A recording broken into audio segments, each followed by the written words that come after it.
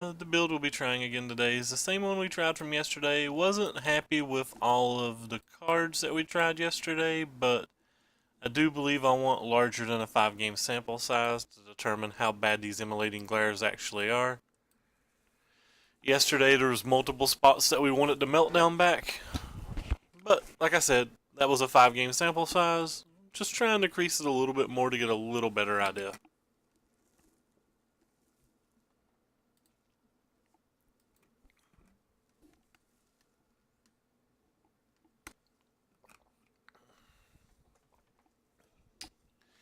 Here we're on the draw, and I've actually found in this deck that being on the draw versus everything but mono red actually feels kind of correct. I've actually been wondering in my mind if it's right to take the draw with this deck. This deck's just so greedy land-wise. No, I just haven't done it today. I didn't get home till late last night, and I woke up late, and so on. I just have to do it. Try to stream every day. It's just running a little late today.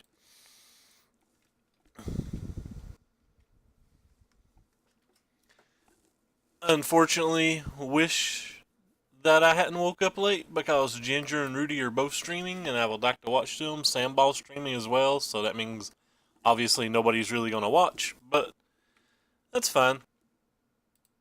Just have to do it though. I don't dislike doing it. I'm saying I didn't like the timing for today. Oh, great. Serving a conduit. My favorite. Oh, Jesus Christ. Mana Traders hosted me. That is sick. I appreciate it, Mr. Doctor.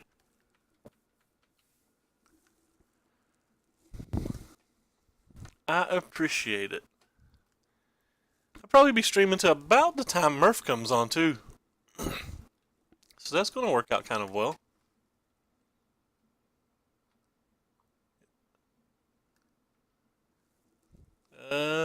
What in the heck is Manabot saying? I have been updated. Latest release notes. Hex. Oh, cool. Manabot rocks, man. Yeah, I've not saw Ginger online lately. It's a little saddening to be honest. We need our Gingers in our lives. Go ahead and take this damage. Can Supreme Will things save the Blessed Alliance for a later turn if we want? I will, if he doesn't cast a spell this turn, instantly Supreme Will for like literally anything. Alright, so our opponent's on something a little different than normal. Kind of like Sylvan Advocate. Don't think it's as good as Lone Tusk Cub, but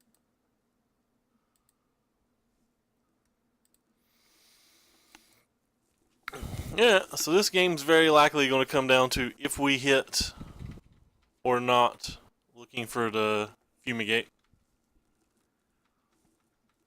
And actually, we're going to have a low enough life total that may be a little difficult to even get to the Fumigate. So we're currently at 8. He's not adding anything else to the board because he could either A, have a counter spell, or B, just wanting to play something post-draft. We found the Fumigate.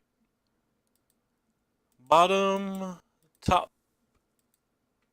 And we have double Blessed Alliance for post-Fumigate. Yeah, that's pretty good, friends. So, does he have a counter spell or not? I guess that's what matters now. He doesn't have the second red for a follow-up Chandra, and as usual, Chandra's really the only spell we ever care about. Now he does have the red. Oh wow, he's playing the black build. Yeah, we don't care about the black build at all. I'm a firm believer that you should have the 4th Glorybringer before you have the first. Before you have the first Scarab God, though Scarab God is a very, very powerful card. Yeah, I wish I was watching Ginger right now too. I was watching a mix between Chris and Rudy prior to turning on my stream. Or, not Chris and Rudy, sorry, Mana Traders and Rudy for those who don't know. And for those who like watching a lot of like standard brews and like with a PT champion, they should definitely go follow Mana Traders. About 6:30 Eastern tonight. Murph's going to be doing some modern too on there, so it's a pretty hot channel, and it's a really nice service for people looking to get into Moto. And the Mana Trader service is very nice, and there's a like a discount code even on the Mana Traders Twitch channel if you want to go check it out. Spend most of my days in there, even though they have banned the Duck Song because they're vile human beings. Who bans the Duck Song? Anyway, I find it very hard to win with authority post-board versus these decks. I actually think that it comes down to whether they draw 2 negates or not. Typically depends on whether I win the game. I've not played versus a whole lot with the Scarab, or versus the Scarab God, and I've not played a whole lot versus the Nicobolus, so that may change the matchup. We'll have to find out. This is kind of a new experience to play versus this particular build of it.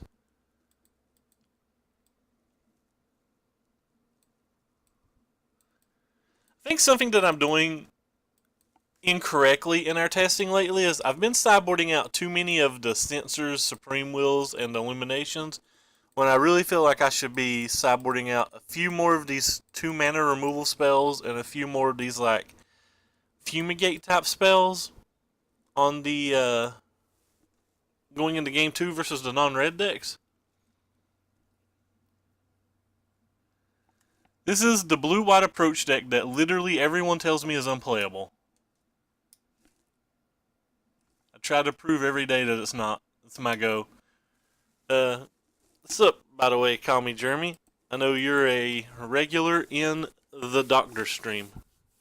Jody Keefe's a good streamer too. He's got the most intimidating voice in Magic. He was streaming Legacy Lands last night when I come home.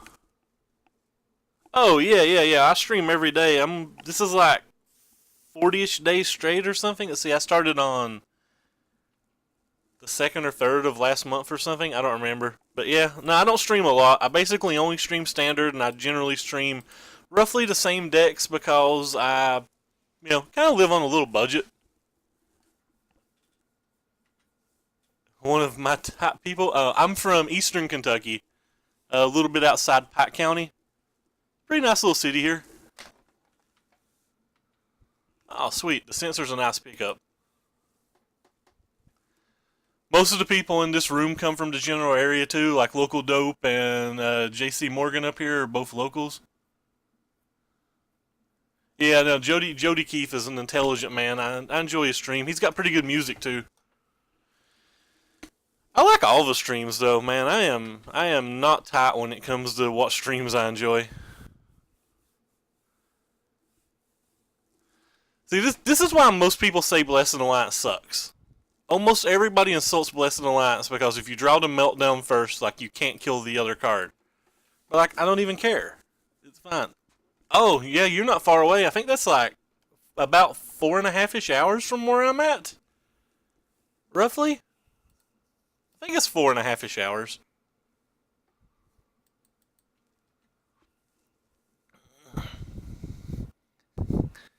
Yes, Goose. It doesn't say anything relevant except for give me money. That's how it should say.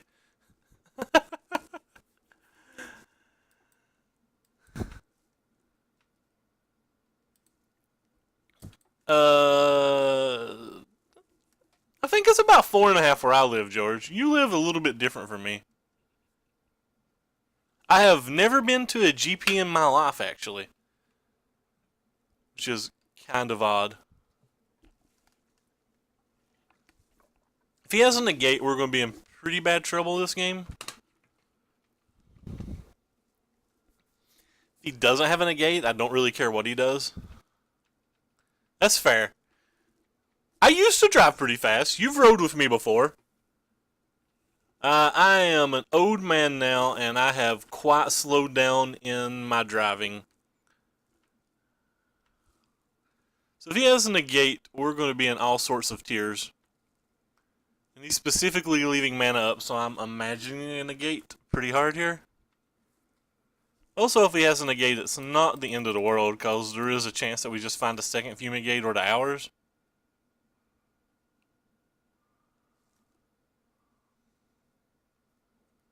There's some chance that he would negate that spell too, even though he probably shouldn't.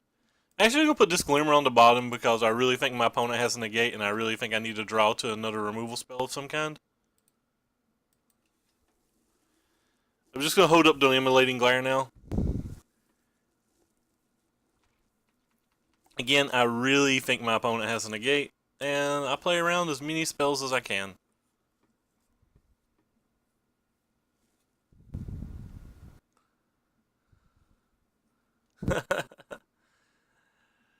It's mostly 55 around here, which is kind of slow, yeah, admittedly, but...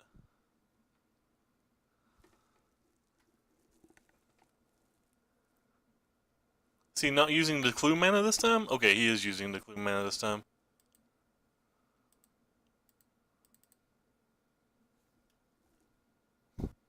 Where do you live, Goose? You live in the sweet Autobahn, or whatever they call it? Hey, Corey, what are you into today? Corey, by the way, is our graphics manager here, for anybody who cares. You get to see all of these sweet graphics, thanks to the Corey. I feel like we'll probably be in pretty easy shape to win this game, providing our opponent doesn't have a follow-up Chandra on the following turn.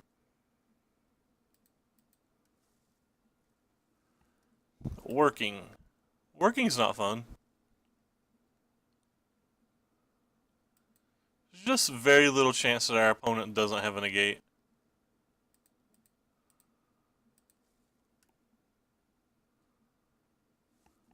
Oh, so you actually are from Germany. I was just making a joke. I didn't know you were from the area. I gotta just constantly play no spells. Just no spells.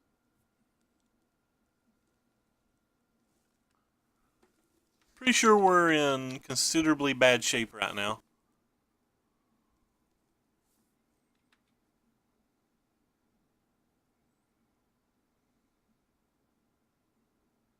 Skyboat? Oh, Luxembourg. Sorry. Luxembourg's the smaller country in between them, right? Yeah, it's the small country. I gotcha. Sorry, I'm just an idiot, man. Bottom top. Hey, Modo, didn't we just put you on the bottom? Guess we'll go ahead and have our opponent sacrifice a creature finally.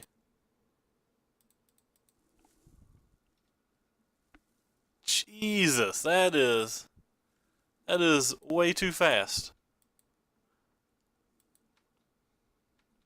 I'm not worried about getting the angel here. I could have just gained 4 life and gotten the angel, but this is just going to kill the little angel anyway.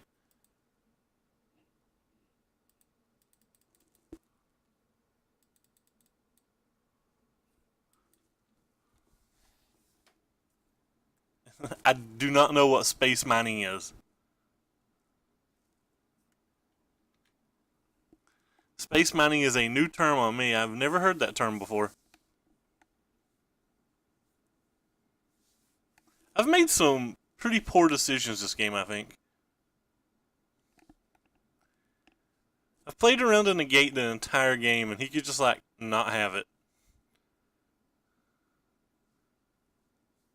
He's certainly making me think he has it, though. I will happily trade the Limvala for the Sky Sovereign if given the opportunity. Like, happily make the trade if given the opportunity. Couldn't be more happy to do that.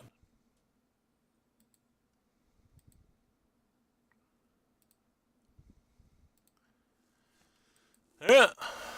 Well, we're going to try to Torrential Gearhulk here.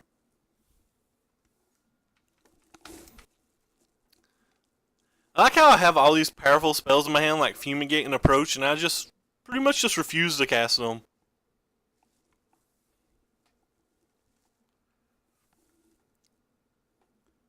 We actually have the Immolating Glare in the sideboard too, so like say he has a Glorybringer or something, we get some value there. That's a Scarab God. That one's pretty good against us. That one's probably going to win for us, for him. For him. I keep saying us, but it's probably going to win for him. Can find a cast out maybe.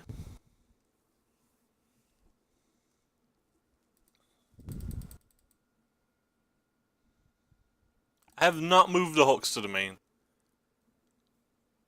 I am unlikely to ever do that. The Hulks are coming closer to getting cut from even the sideboard than they are being put in the main deck.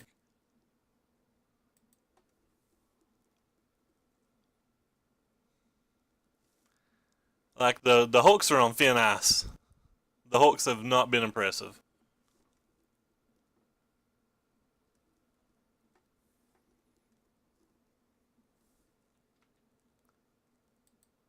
Hulks have not been impressive at all.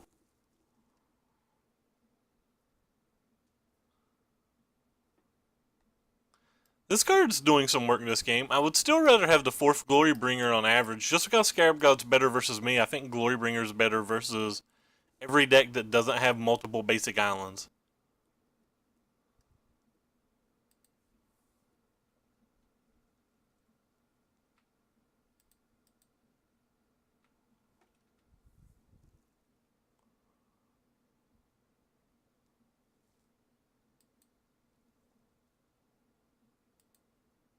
Well, that's not a good sign.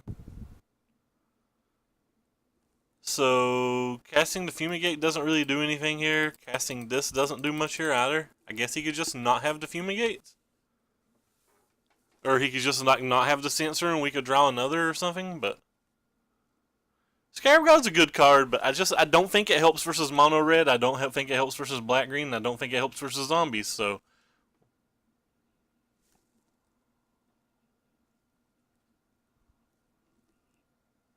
Just not sure why I would want to play versus... not sure why I would want to play a card that I don't think is good versus the top 3 decks. Oh wow. He's tapping a lot of mana to do it again. And a Limvala. So we could draw Supreme Will here and resolve a Fumigate, which would be nice. Or we could draw... Wow, he's tapping even more mana. Well, we're not dead. Alright, well, he's got 1 mana untapped, so the Fumigate's going to be great here. The just top decking approach would also be great here. The Scarab God's great. The Scarab God is definitely a good card. There's nobody going to argue that this card isn't a powerful Magic card. How far away is your Nationals?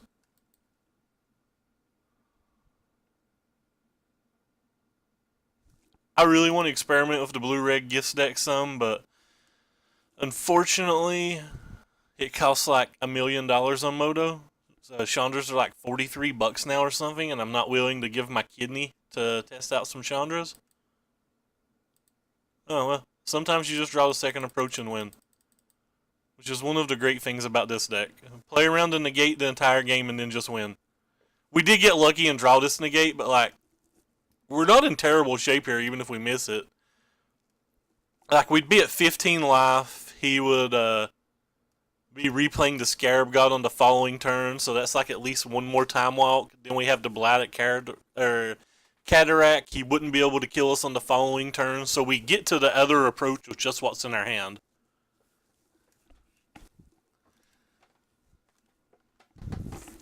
But that's one of the cute things about this deck. Games that look like they could be back and forth, just drawing the second approach does so much.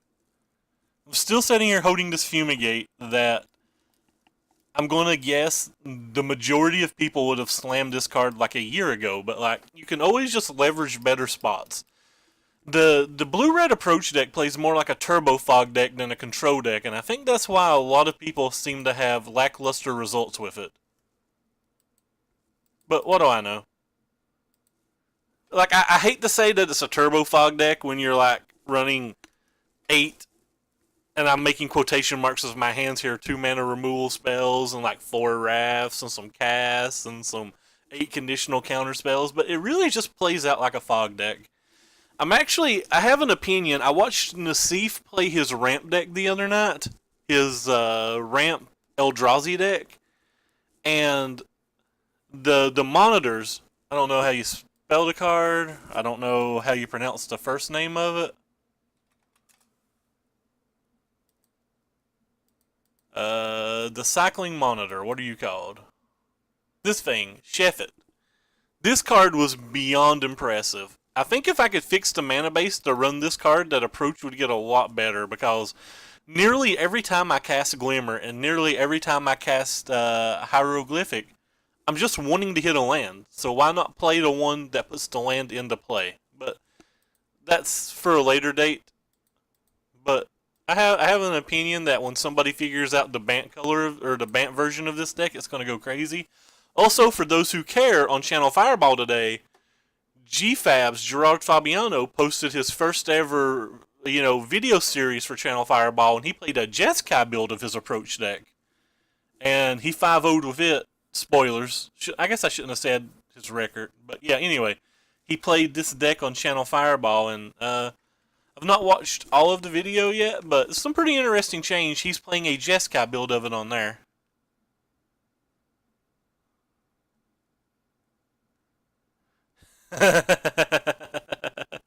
I I agree. That's pretty funny. So we have none of our 2 mana interactive spells. So if we see basic mountain, this is going to be pretty bad for us. Oh well, I just F6 my first turn because I thought they were playing first. I'm an idiot. Oh great, the exact deck that I want to F6 my first turn versus.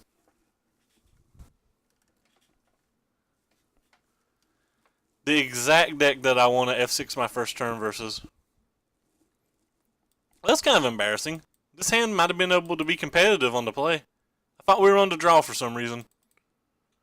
Have about no chance to win after giving up our first turn.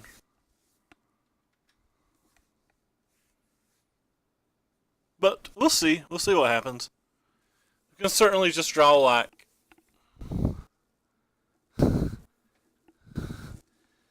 I think people are liberal on the punt count. So this is not a play mistake. A punt's a play mistake, not a moto mistake. But that's fine. Yeah, definitely playing on hard mode this game. We would have had the sensor for the Karl Zev, which would have been fine. Like, I won't say that we've lost this game, but this game's certainly not looking good.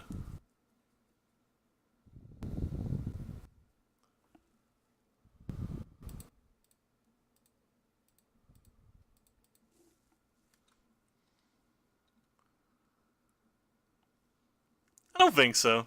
I think that's a client thing. It's not an in-game thing. To me, punts are when you make a mistake in game. But again, I don't care what my punt count says, so.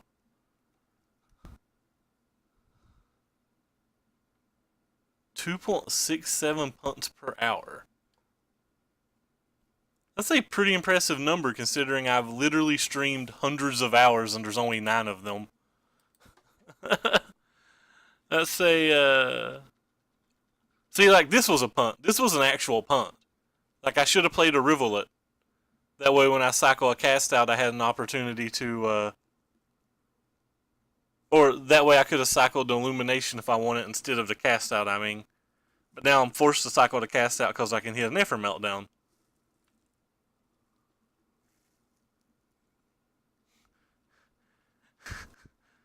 Nine punts, streamed 40 days straight, at least an hour and a half every day, sometimes 2 or 3 hours every day.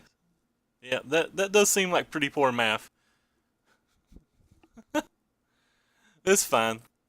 Yeah, we probably wasn't winning this game even if we had made the correct play. So at least that's something. All right, well I guess that does something. It prevents 2 damage.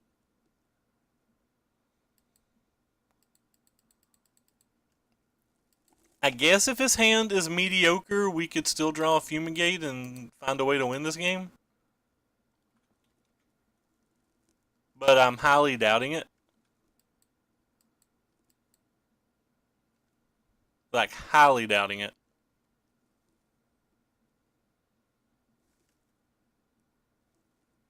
We'd probably be in good shape on the play.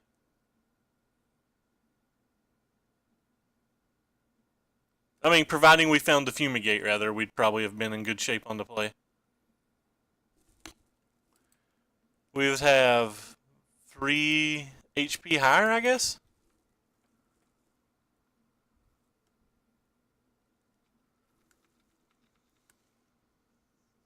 Being 3 HP higher would be pretty good. So whatever this is, we have to counterspell it, because he's got 3, 4, 5, 6, 7 damage in play, so even 2 damage kills us. So that... whatever. He can have it. The cast out prevents 3 damage, so we don't die to shock if we use the cast out instead of the Supreme Will.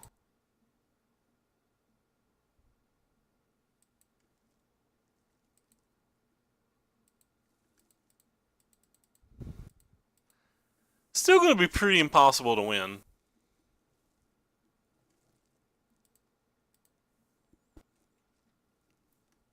And if we miss, we have like 1 in 48, so like a 1 in 12 chance. Or 4 in 48 rather, so like a 1 in 12 chance.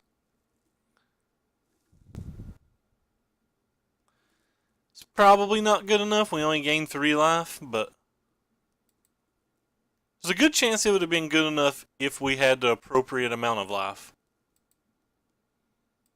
Yeah, but wasn't there. That's fine. F6 my turn, I deserve to lose. So, all of this crap comes in.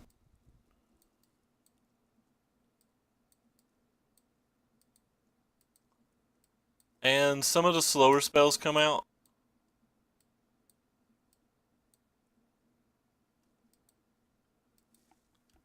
Yeah. Yep. That's our little emote for anybody who cares. Oh, a couple Fumigate. Oh, stop it, Moto. Stop it, Moto. Thank you. You always take a couple of Fumigates out because you generally never want to draw more than 1 in a game. There's some cases where drawing more than 1 matters. There's actually some cases that you don't want to draw any, but you never really want to draw more than 1. The only thing I'm ever curious about in this match is whether the Gearhulk should come in, and I, on the most part, don't think that they should.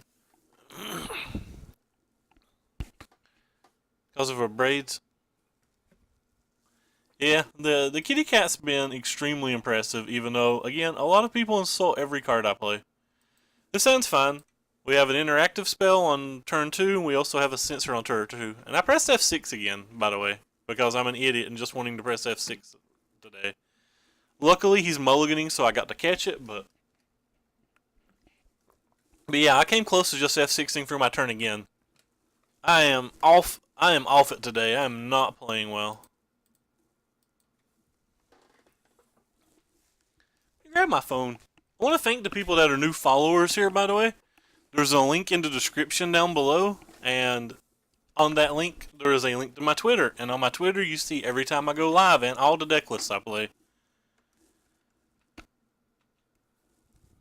Also, on my Twitter, there's a link to my YouTube, where at the moment, you only get to see videos of the day from these streams. But at some point, we'll have additional content. You can subscribe to the YouTube if you feel like it. It's probably not worth it at the moment, if you're watching the streams live, that is. Yeah, well, opponent kept what I'm going to call a greedy one. And by greedy one, I mean he mulliganed to 5, so he probably didn't have a choice. Thank you for following, Jeremy. I appreciate it. Ooh, Eternal has a Recruiter Friends package. Maybe I should try to do that. Yeah, I mean, he mulliganed to 5. Sometimes you just have to keep a weak hand. It's no justice for him. I played like an idiot game 1, and he doesn't get to play game 2. So we'll have to see how game 3 turns out. Our hand was pretty good, though. We had a counter spell and an interactive spell, and then a card draw into Linvala, which beats the vast majority of, like, not the triple one-drop hands or whatever. Unfortunately, no matter what cards you have versus red, you can still just lose to the red decks when they get those triple one-draw hands or whatever. I guess we'll keep the land. Not going to bother to keep the Glimmer, just looking for a way to win the game while our opponent doesn't have lands or anything.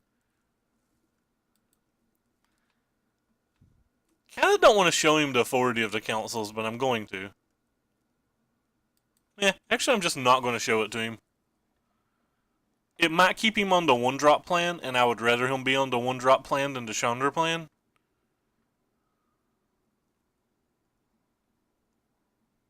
Sure, he can have that. We'll use the Blessed Alliance. He's solid. I'm just going to slam a 5-mana Liliana on the following turn.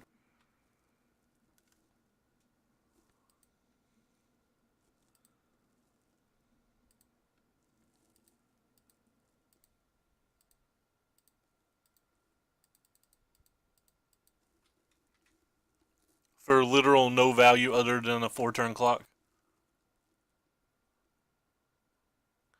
A 4-turn clock that if he doesn't draw exactly mountain that turn, we'd be able to protect on additional turns too.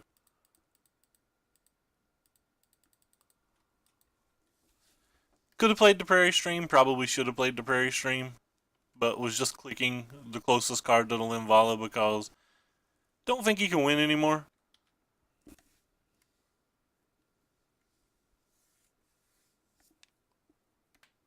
Well, he did hit the mountain, but again, it takes 2 spells to kill this Linvala. If he has 2 spells to kill this Linvala, well, we have another Linvala.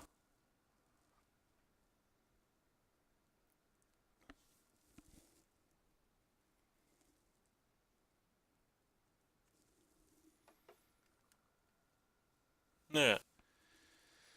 Not killing Linvala. Fine.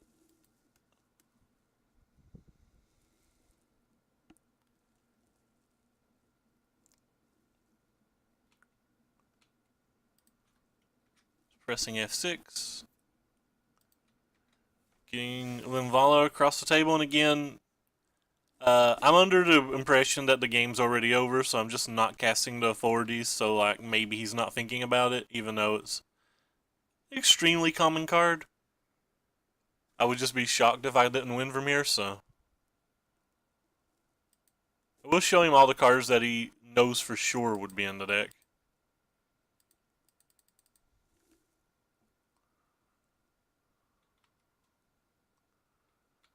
Sure. Karlzev resolves.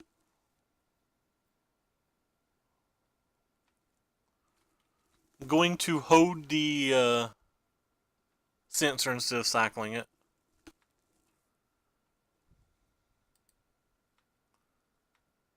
Ooh, a second sensor. That should about wrap it up.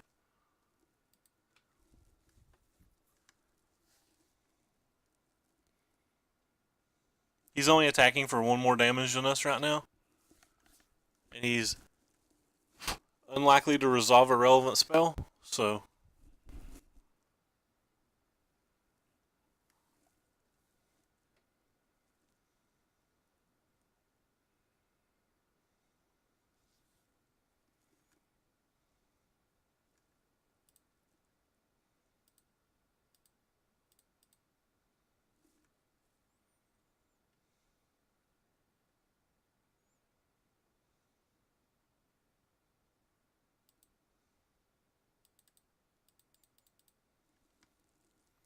Just saving time. If we miss, we get the scoop. Well, we didn't miss. Hello, cat. Meow, meow. I may not show him the cat either. Depends on what we draw next turn. But we may not even show him the cat.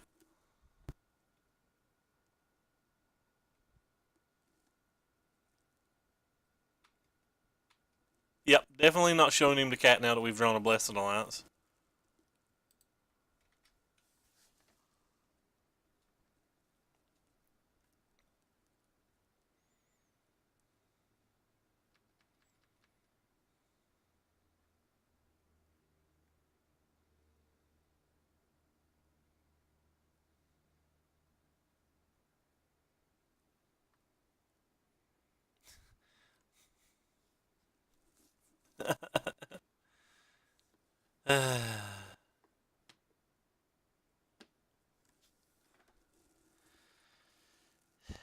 Poor cat. Cat can't have no chicken pot pie.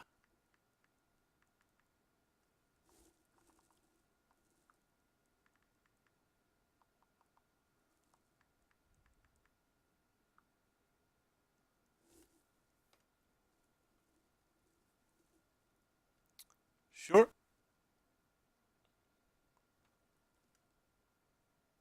Well, that was a good one. That is what he needed to make this game even remotely close. So I could have been greedy by not playing the other spells, but that's fine. Could have also censored and looked for a Supreme Will. That was kind of bad of me. I was too busy looking up the link for the South Park video. Yeah, it's kind of an embarrassing way to essentially lose. Or essentially lose a creature. So we're going to hope this isn't a Supreme Will, or I'm going to feel kind of embarrassed. Oh, luckily it's not. It's just gas. It's just pure gasoline. Alright, well he left his burn spells in, so doesn't hurt to go ahead and show him the cats now.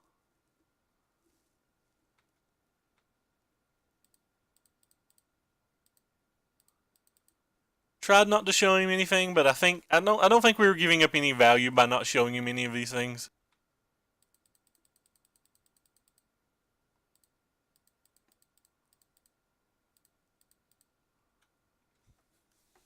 Go get them, kitty cats.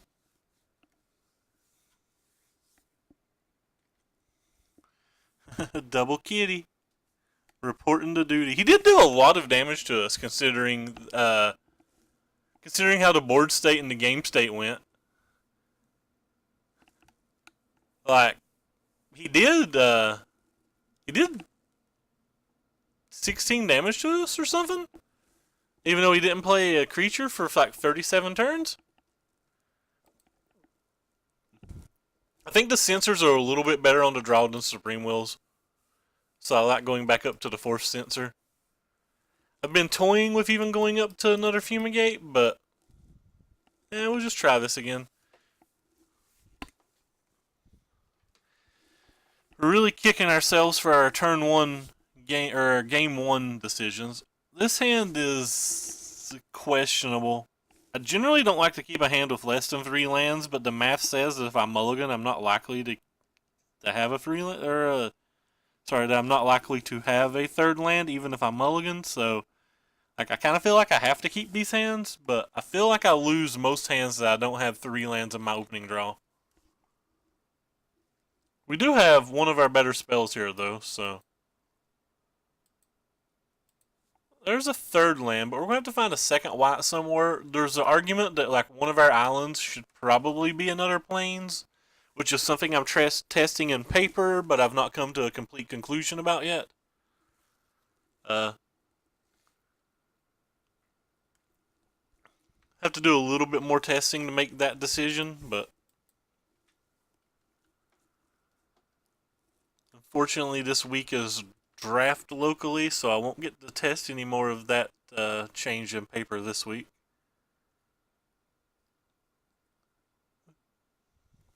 Alright, well, we'll counter that, even though obviously we would have preferred to have been able to Blessed Alliance to Karl Zev, but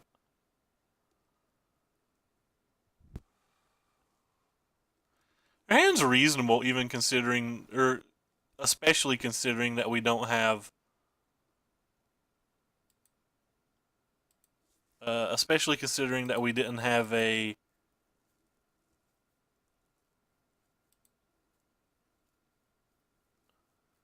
we're looking to see if we hit one of these, because we may would rather play one of these this turn. So now we have a decision.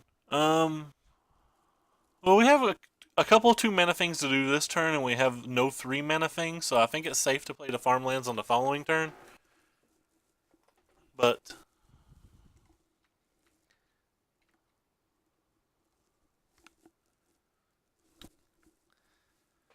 should have waited.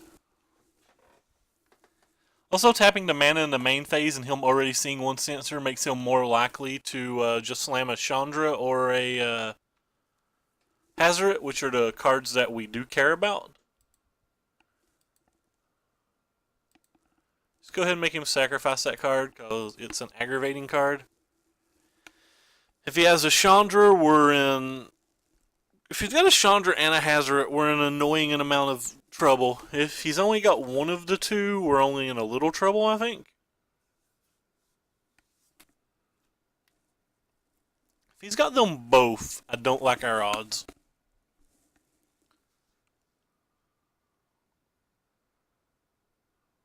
If he has neither of them, I love our odds. Chandra's the best card you can have here. Considering he's tapped 4 mana and he's fought a little bit before he played the mana, now he's thinking a little bit after he plays the mana, I'm assuming he's got both the Hazoret and a Chandra. Oh, wow. He didn't. He just had some burn spells.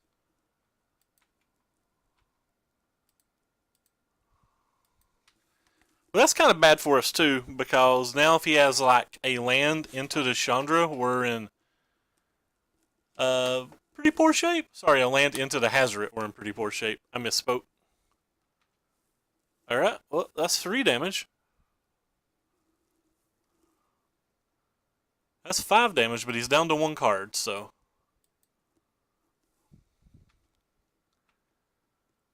I believe the Censor's the less relevant of these 2 cards, so we'll go ahead and cycle it first. We get an Authority. Alright, well, we'll cycle this other guy, too. And we'll just jam a cat and hope it's good enough. If he can deal 5 damage to us this turn, we're dead, but didn't have any way to play around it. If he can't deal 5 damage to us this turn, we're in extremely good shape.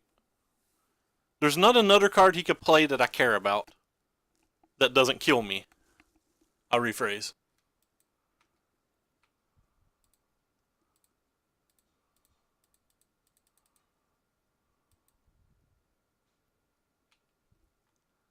Second cat comes down and does meow meow things.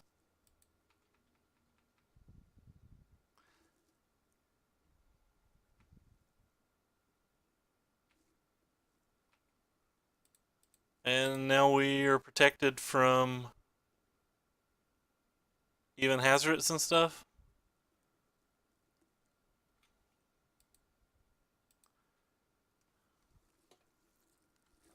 So we went from bad shape to great shape pretty quickly. Hazoret wouldn't even be able to block, so we'd be able to gain another 8 life. Another mono red opponent down, even though people tell me we can't beat a mono red, even though we gave up. We possibly could have lost game 1 either way, but we certainly practically conceded game 1 when we F6 turn 1.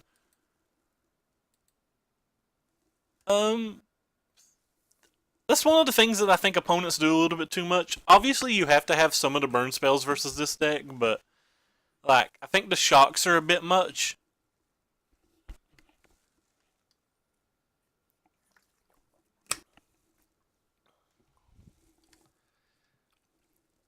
But he didn't have a great draw game 3. That's just way too many burn spells. Anyway, onward to the next game.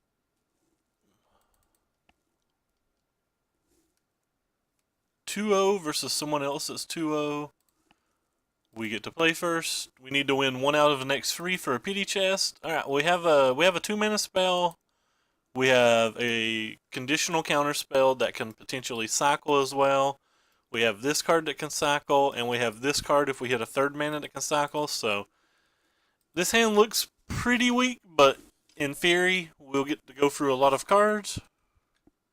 The Immolating Glares have not been impressive at all. I have not enjoyed them any at all.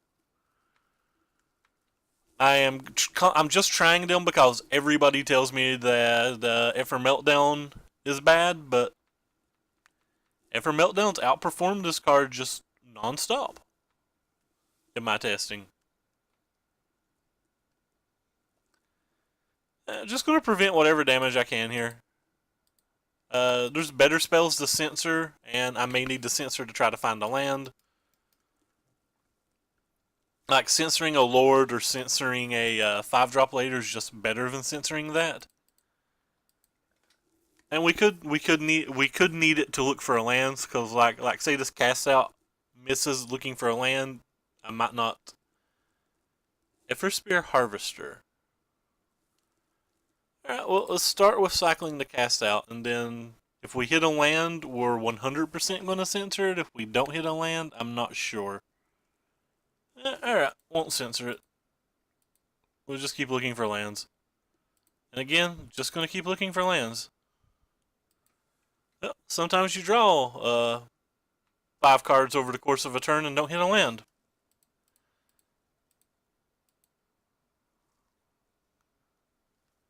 Well, we'll take the land, put them on any order on the bottom, play him, cast an authority, so at least the Harvester can't be crewed this turn. And now we're off to the races. With the Glimmer, we're pretty much off to the races now. So we're just looking for lands. I don't care what the card is. I would literally put any card on the bottom of my library that's not a land or potentially an approach right now.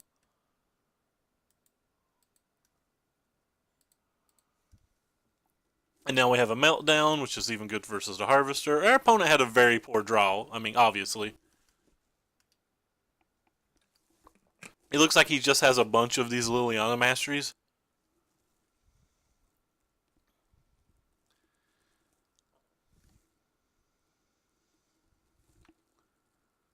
That's not a land, so we'll go looking for another land. Ooh, there's an approach. Just gonna take the land, I think. There's still another approach in the deck if we need to find it.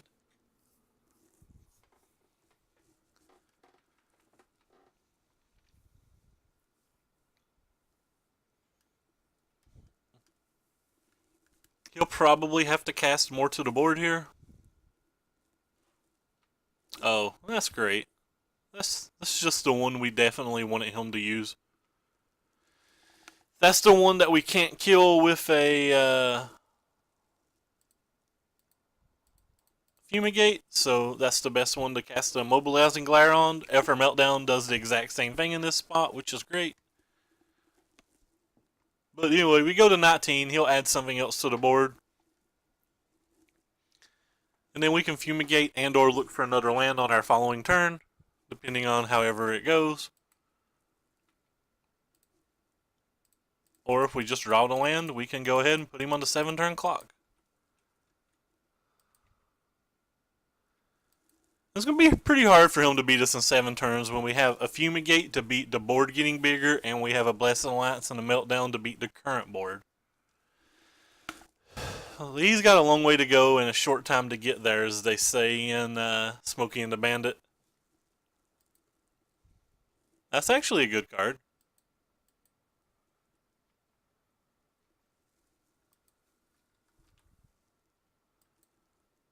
It's also not a card I'm concerned about, but it's a good card.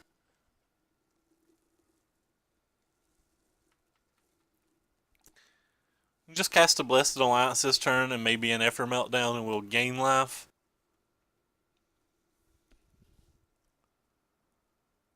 He'll sacrifice this and get this and this back, but I mean, it's preventing 3 damage and we still have the Fumigate, so.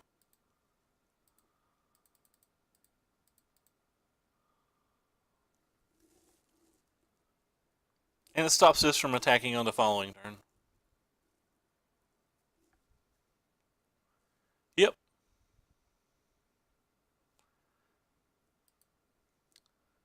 So that'll come back into play. We'll still be at 20.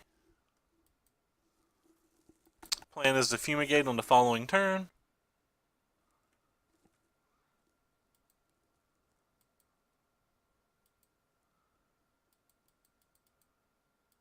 With Meltdown backup for the next Relentless Dead. If I draw something that's like a draw 2 or a draw 4, that could definitely change. That's neither of those things. So go ahead and Fumigate now. He gets to get this back again, but that's fine. Don't really care that he's getting it back.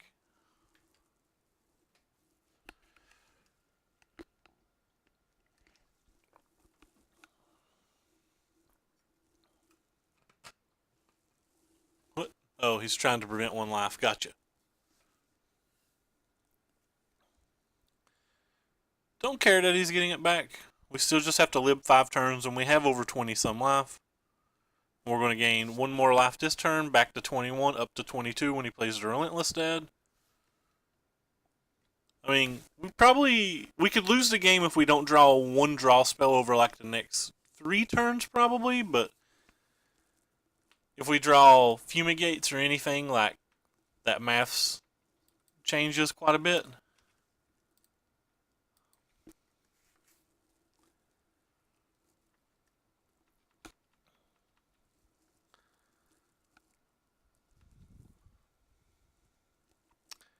Just prevent damage this turn, which is fine.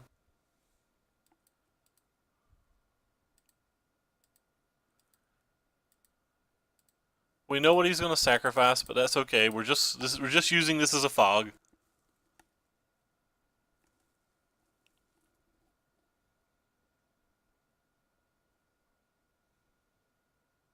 He doesn't have anything to buy back out of his graveyard either, so it doesn't hurt to play it as a fog.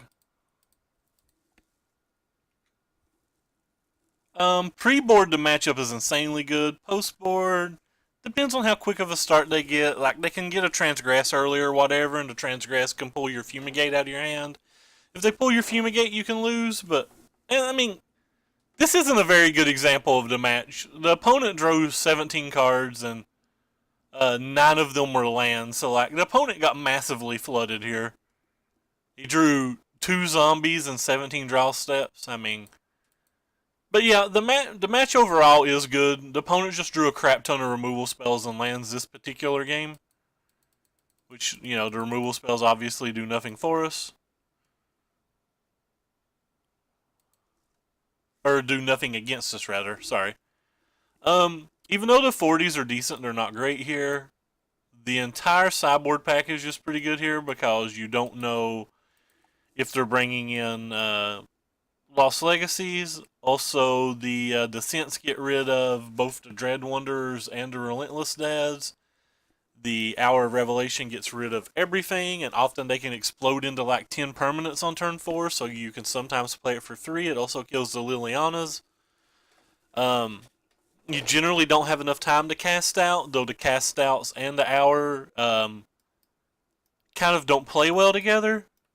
Nombos, I think, is how they refer to it in Magic, but like, you have some play. Like, so it's obviously not great, but you know.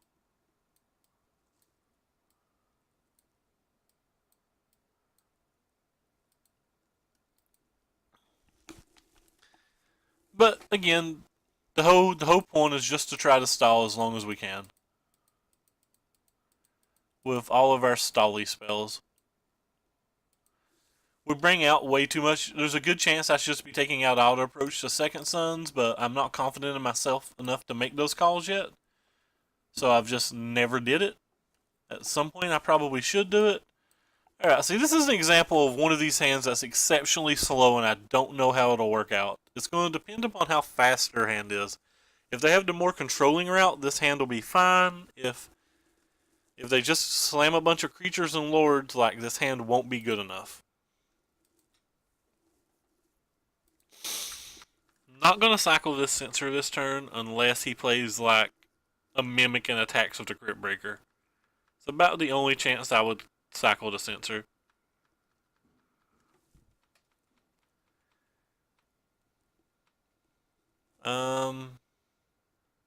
But we have a 2 mana spell and we don't have a 3 mana spell, so we can try to farmland on an opposing or on a later turn while holding up a Censor to potentially snag a Lord or a Diregraph or a Liliana on this turn. He's gonna make a little Zombro.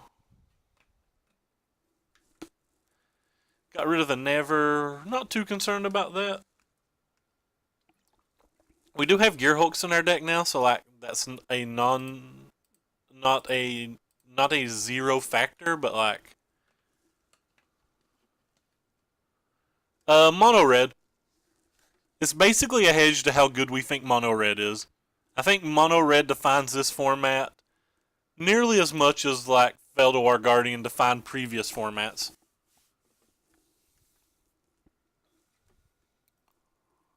But basically mono red. I am absolutely terrified of mono red. Well, he's attacking again. That's a little surprising.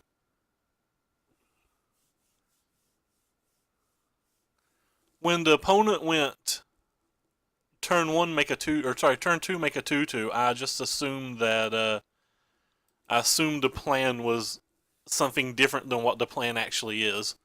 I thought he was going on the card drawly plan.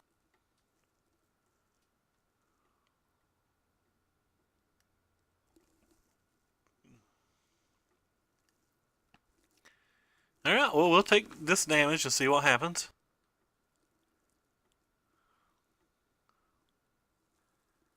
He's not attacking with the Crypt Breaker now? That's a little odd.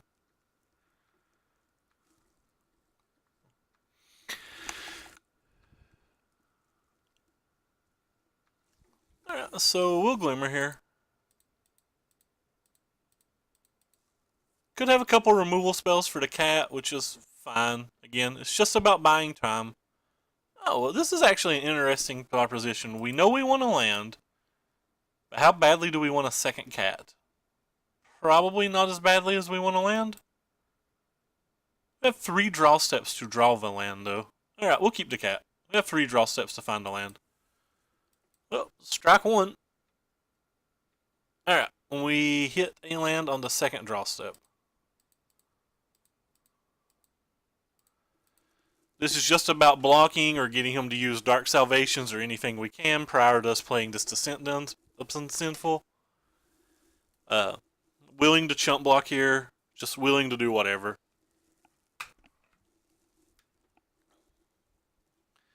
Then we have these double Linvalas, which is going to be very nice follow-up to whatever he plays. Again, one of my islands should potentially be a Plains.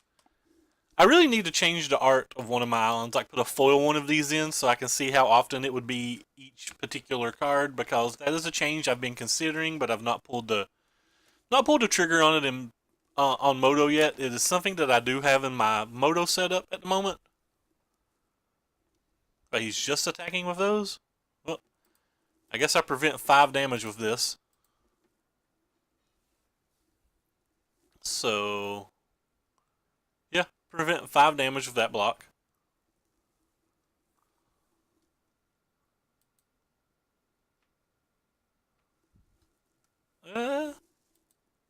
He's going to draw 1 card, but we'll go ahead and Descent and get things off the table.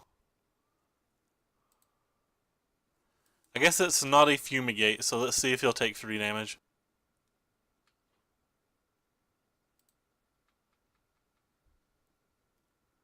There's a chance he takes the damage, right? It's a non-zero chance, but there is some chance. Or, I mean, it's a very low chance, but there is some chance. So they draw a card, and the Relentless Dead's gone forever. Kind of like being able to Descent the Relentless Dead, to be honest. And then we have this Caracal here, and we have these double Linvalas, so he's down to 1 card. Oh wow, he's playing 2 creatures as well, so getting a 3rd creature back. Or, sorry, getting a 3rd creature with the Never. So the Linvala gets all of its value this turn, which is just happy great.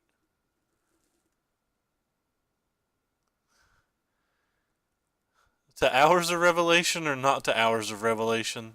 That is the question. I guess he can just buy both of these back, so there's no point in it.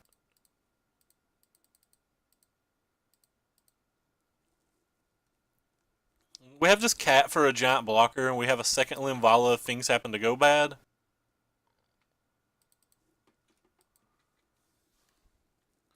His attack's not even great this turn, so...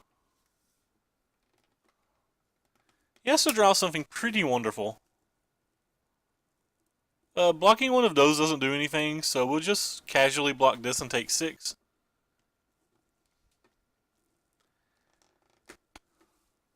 Oh, he gets to kill this. That is fun.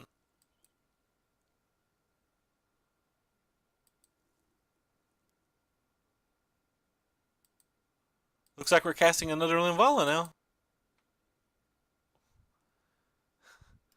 To Linvala or to win with approach. Our options are vast. Let's go ahead and slap with this thing. I think we win faster with the Linvala.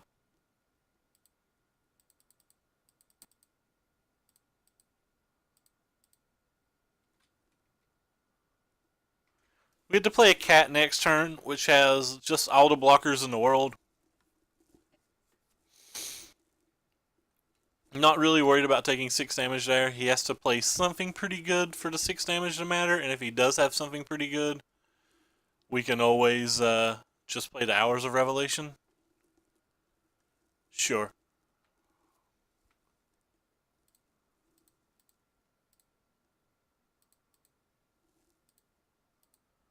Play some cats. Attack for 6 in the air.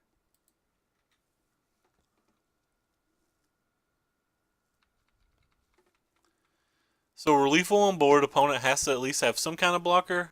Oh, second Liliana's Mastery is a really good spell here, but again, we have this other Hours of Revelation, so we're not particularly worried about that.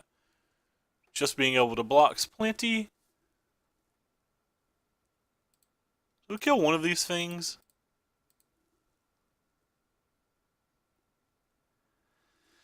I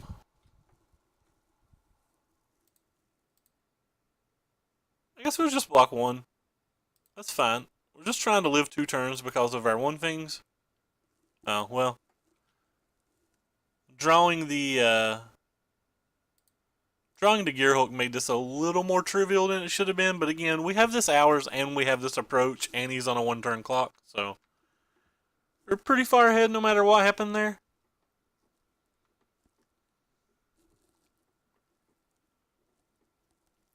Yeah. 3-0. Beat zombies. He didn't draw any of his discard spells, though, so... again, I don't know how indicative that is of the match. It's usually a little bit harder than that. At no point in that particular game did it look like we were even close to losing, though. Again, for the new people, I appreciate the Mana Traders host and the new follows. There's a link to my Twitter down below. On my Twitter, you see all the deck lists we play and when we go live. You also see a link to my YouTube, which there's nothing super spectacular on it right now, but like all of my videos of the day and stuff are on there. There's plenty of people streaming right now that are much better than me, though, that I should probably advertise. Like Misplaced Ginger's currently streaming. He's playing Temur Energy. Gabe Nassif's playing Blue Black Scarab God Control. Michael Abonde is playing Vintage, not a big Vintage. Caleb Scherer is playing Storm. Oh, there's another Blue-White Approach player. I'm not going to tell you guys his name. Because if anybody's watching a Blue-White Approach player, they should be watching me. Nah, I'm kidding. It's totally Shamgar. Cunio's streaming something. I have no idea. And Sam Ball's doing his 24-hour stream. Sam Ball's good, people. I like Sam a lot. I would probably be watching Misplaced Ginger right now if I wasn't streaming myself.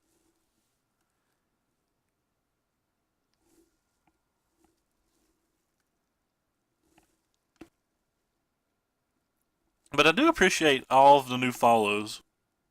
At some point, Corey Coolcat's going to set up the alerts and stuff in this channel, and we'll be what I like to refer to as real boys then. Ooh, DayZ's even streaming.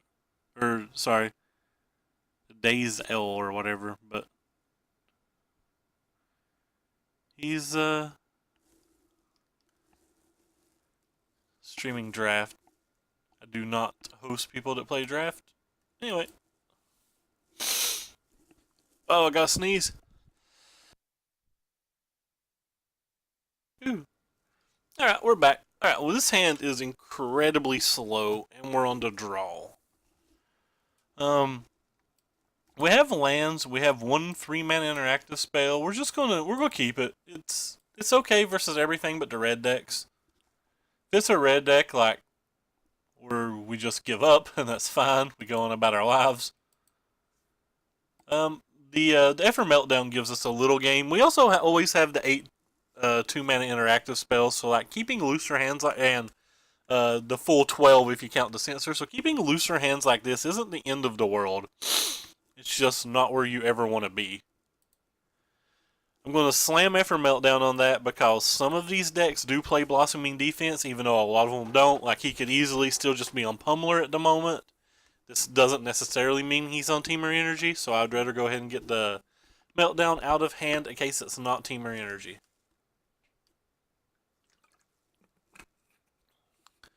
I'm imagining Pummeler is a horrific match for me, by the way. So we're hoping that there's blue mana that comes out of our opponent. We're hoping very, very, very hard that there's blue mana.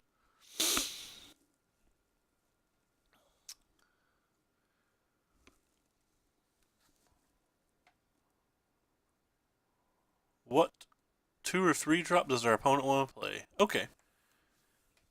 Well, that's a lot better for us than the alternative. And the second Fumigate's insane here. Most of them aren't running Chandra's main deck now, even though if you listen to Michael Jacob, that's a massive mistake. And it could be a massive mistake. I'm not saying it's not a mistake. I pretty much hold Michael Jacob in the highest regard of any Magic player they are. I'll practically do whatever he says absolutely blind. So the Longtusk Cub can start doing damage if I let that resolve, and that's fine. We have double Fumigate, so we don't even care if he gets to resolve something on the following turn.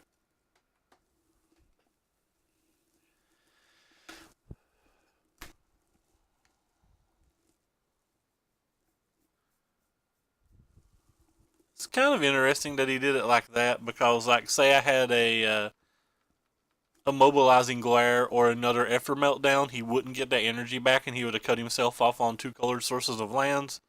So I think that's a little greedy on his behalf, but his hand could be poor enough that he just doesn't have the option. Or that could be his best way to win. Or he could just have other sources of lands in his hand and not care.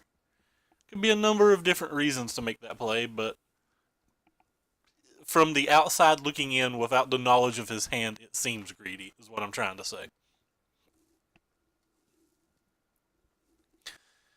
Alright, well, let our opponent do whatever he wants.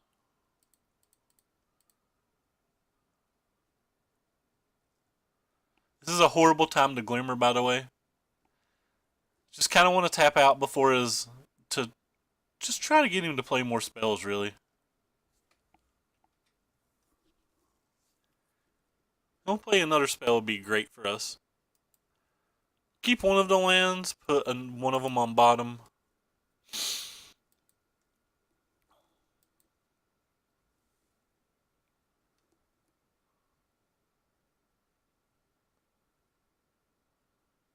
That was a good one.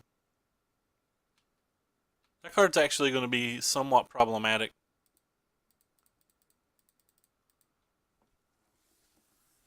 The Harvester's going to be somewhat problematic for us.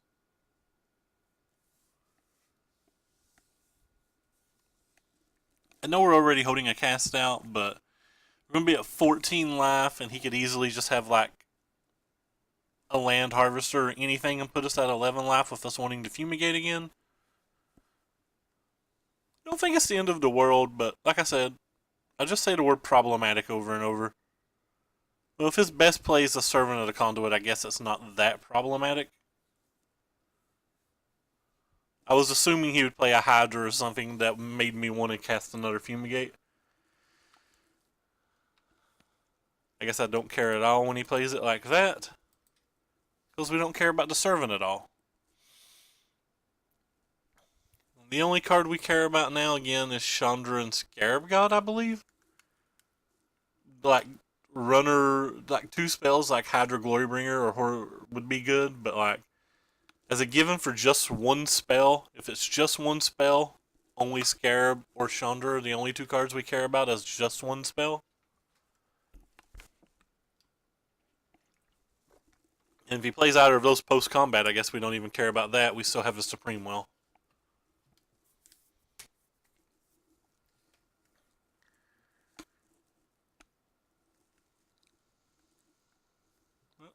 That's fine.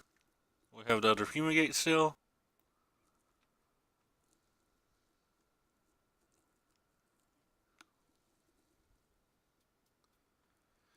Does make things a tad more tricky, though.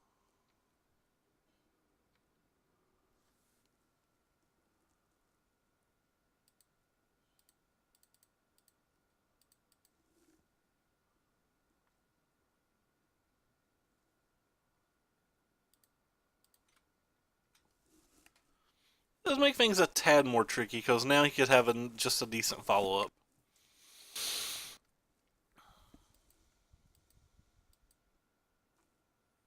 That's a good amount of damage if I don't cast a Fumigate, so...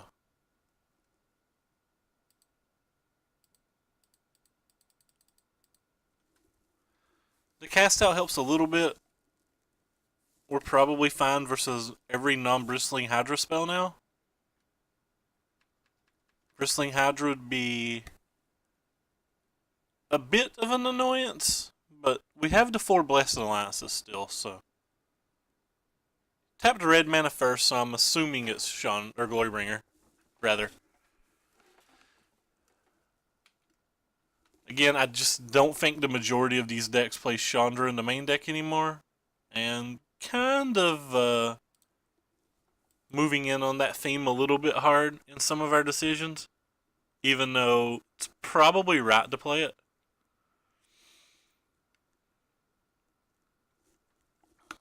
Going to cast the cast out on his turn. During his upkeep. Actually, I'm going to cast the cast out now, I guess. Casting it now lets me be able to use the Supreme Will if he does have Blossoming Defense. Which, again, isn't a common card, but it is a card that I've toyed with a few different times, so... Like, I believe it's a fairly reasonable card.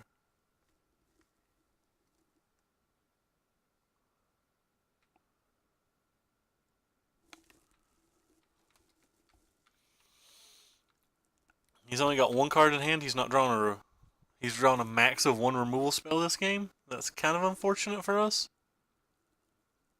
That card's kind of unfortunate for us as well. It's probably his best draw in that spot.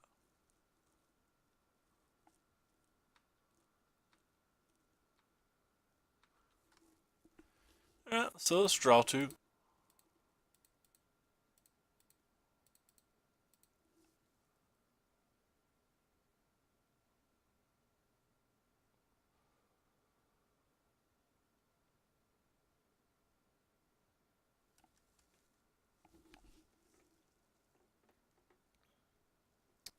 And there is an approach.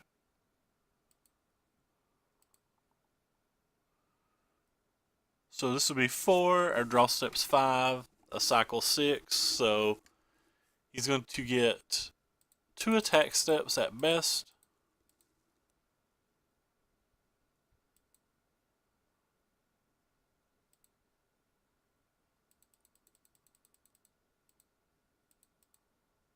Come on, deck. There you go.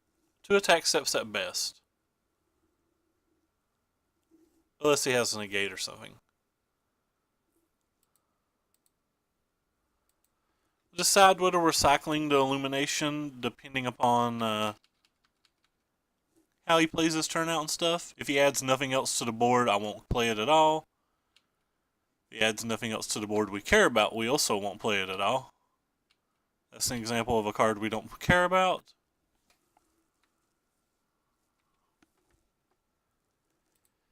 Go ahead and play that. So now it's 6 cards down.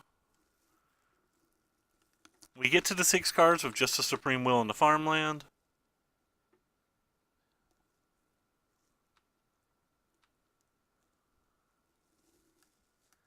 Hey Sean, what's up, bub?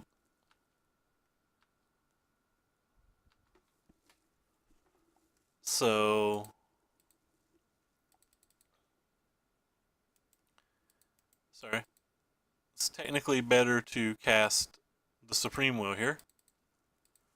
So you look at 4 cards, and then the Hieroglyph Guarantee draws it. So we can pretty well take whatever card we want. The beautiful thing is, if we didn't have the second draw 2, the Rivulet would get to it as well.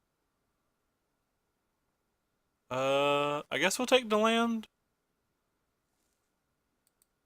It's going well. Everything's going well. Thanks for asking.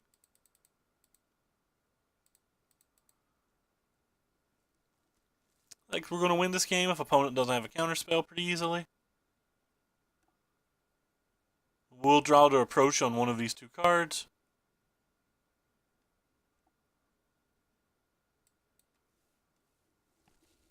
And might as well cycle this, just in case he does have a counterspell. I don't like assuming that our opponent doesn't have a counterspell, so I'd rather play like there's a chance that he does. Alright, no counterspell. So, in my experience, it takes them 2 negates to beat this deck on average, post-board.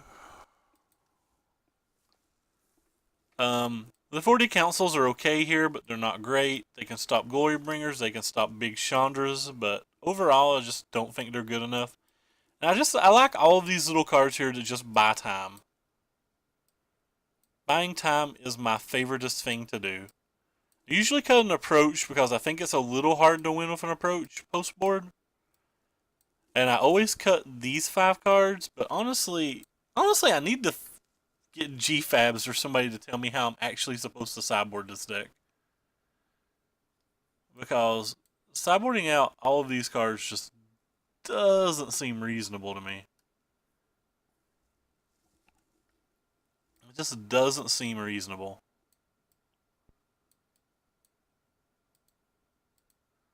I'm pretty sure cutting out these sensors at any time just seems wrong. Not having our draw 2 seems wrong. It just doesn't seem like a very good sideboard plan, does it?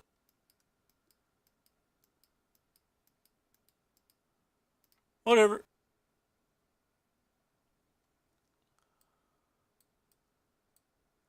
Doesn't seem like that good of a sideboard plan. Probably want at least that one. Maybe one Supreme Will. Yeah, we'll try this. Doesn't seem like that good of a sideboard plan, though.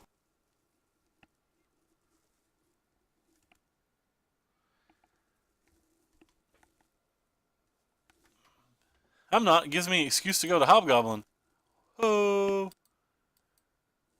Will kind of suck to miss Nathan's last day, though. That alone makes me almost want to go to page 3 just because it's Nathan's last day.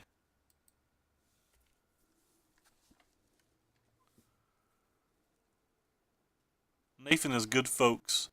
So we hope this is a servant and not a Lone Tusk Cub. Nice. Now we hope he gets greedy and just attacks with the servant. Nah, I would not bless an alliance of servant here. I would hold up the Censor for his 1,000,000 3-drops. This deck runs 3 in the main deck, but I often sideboard 1 out versus decks that have discard spells and or counter spells because I'm a little afraid of them. Chandra's his by far best card versus us. We are very weak with this deck to Planeswalkers.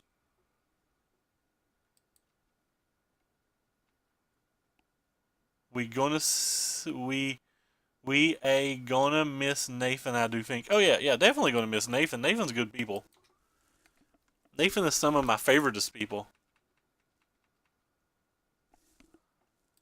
Favoritist people that I guess I don't really talk to a lot, but he's a good person.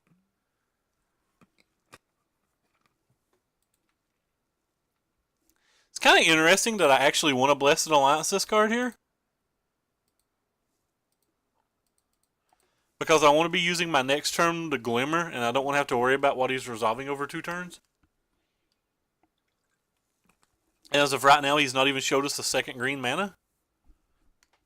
About a second green mana, I'm not per se worried about anything he can do.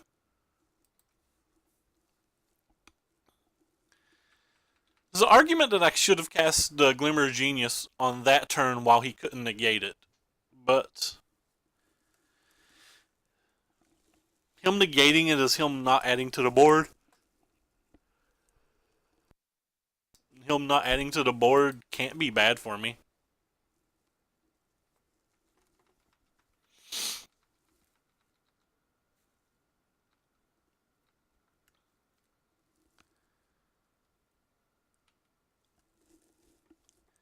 Yes, draft Arena. Most people don't want drafts, so maybe somebody should talk to Nathan about canceling drafts in the future, but I think it's a little too late to cancel it at this point. It wouldn't be right for the people that are looking forward to it. Wow. So what does our opponent have that he didn't get a green on that land source? Is it just Glorybringers? Is it Glorybringers for days? Well, we definitely want the land. I guess we don't want the Gearhulk. Could just be Glorybringers for days. But if it is, it is. Not that worried about it if it is.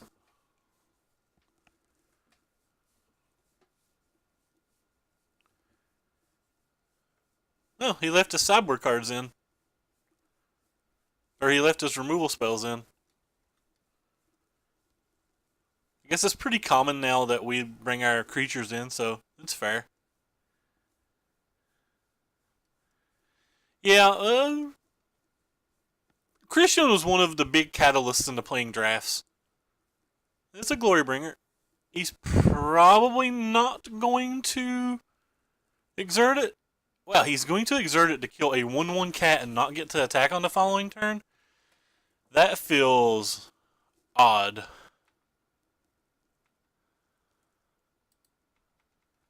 It almost made me want to just play a cat, but we have these Fumigates and we can get underneath a negate right now, so we might as well jam one.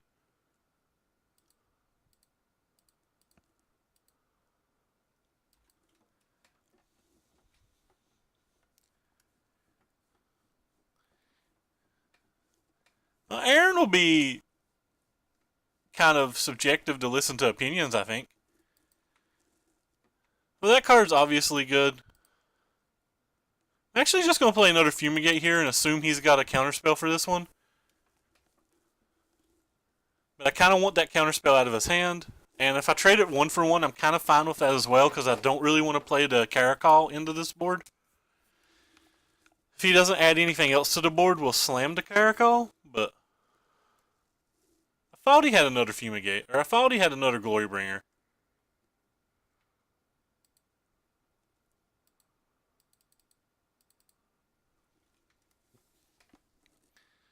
We still have a Glimmer after all of this? I think opponent needs a pretty good spell to beat the Glimmer after all of this. Kind of looking for a land on this draw step, just so we can play the Caracal.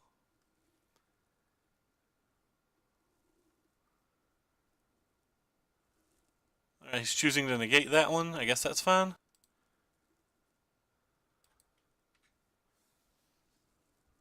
Maybe we should have just slammed the cat there if we thought he had a negate, but if he didn't negate the draw 2, we could have played both. Potentially. Yeah, playing the Caracal was probably right, because I don't think I would have wanted to keep a land, even if I had hit.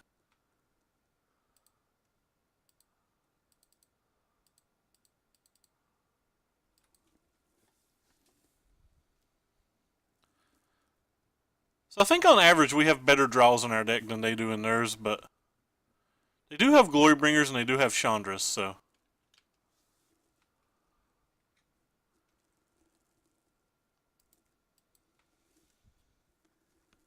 They have Glorybringers and Chandras, and we're currently on a 4-turn clock.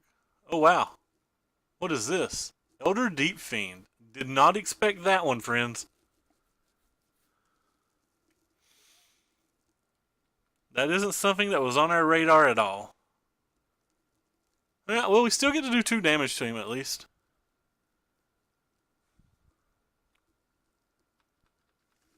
Elder Deep Fiend is a card that the teamer deck should be playing more of, not less of. Just want to put that out there. That card should be getting more play, not less play.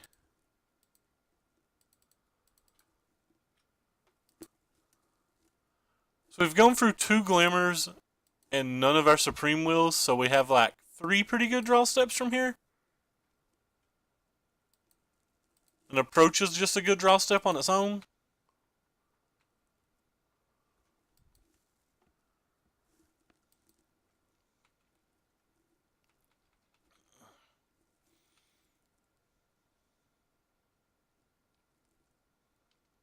I guess we have 5 pretty good draw steps here.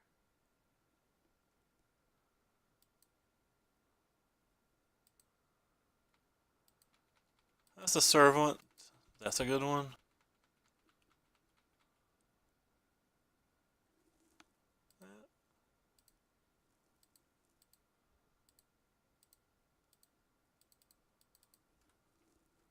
Another Cat would be a good draw step here too, I guess. I have at least 7 good draw steps in. Even a Limvala would be a good draw step. So like 9 good draw steps. A Gearhulk would be a good draw step. So we have 10 good draws. Let's see if we can find one before it's too late. We know to bottom several cards of our deck, so like we're pretty likely to hit one. Well, land is not one. That's 3 lands in a row, for those doing the math. Our opponent's hit 1 land in his last 3 draw steps. We have the same amount of lands in our deck too. He may even have technically 1 more than me. Nope, that's not good for me. It's not good for me at all, but now it makes our cast outs reasonable. It makes our cast outs reasonable now. There we go. There's one of those good draw steps we were talking about.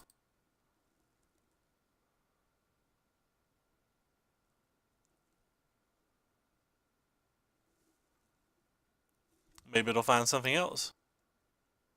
It did find something else. Alright, we're just going to go ahead and play it, I believe. Actually, I'm going to attack the Chandra with both of these. He can eat 1 for 3. But it keeps the Chandra in check that if he doesn't draw an answer in his next 2 cards, that the Limvala will be able to eat the Chandra on the following turn. Whereas the Limvala wouldn't have been able to eat it without the attack, and he could have held an additional blocker with those 2 cards, or just hold the Lumbering Files back for a blocker. So now he's got 2 draws to deal with the Limvala. If he doesn't find a way to deal with the Limvala in 2 draws, we're in good shape yet again.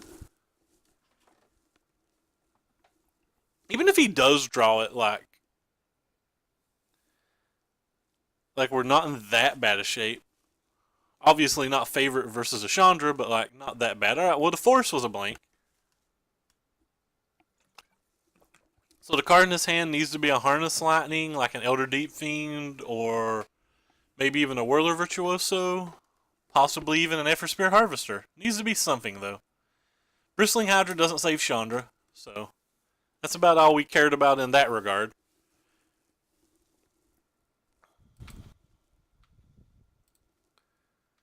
Another land's obviously not where we want to be. We've not even drawn our lands that let us draw 2 cards. It's like 16 lands or something that we've drawn. 5, 9, 10, 11, 12, 13, 14, 15. Okay. 15 to our opponent's 9, even though we've drawn roughly, or so, well, I guess he milled 2 cards. 15 to our opponent's 11, even though we play roughly the same amount of creatures, so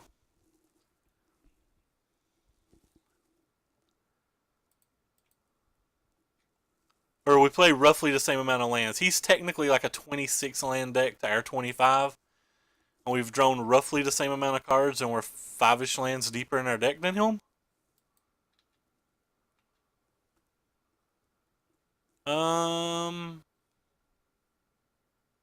I guess we're blocking now?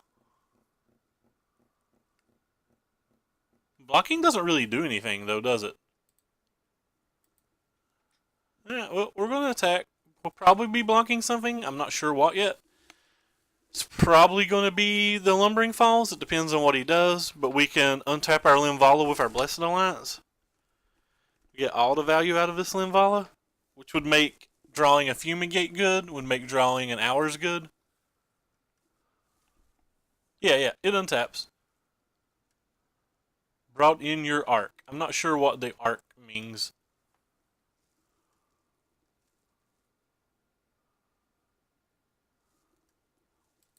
Hello, Killablast. How are you? I don't think I've saw you around here before. Choose target player to gain 4 life. Untap this.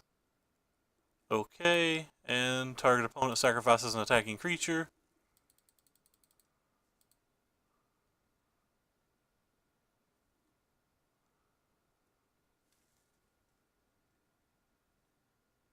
Oh, yeah, I recognize that name for Moto a lot.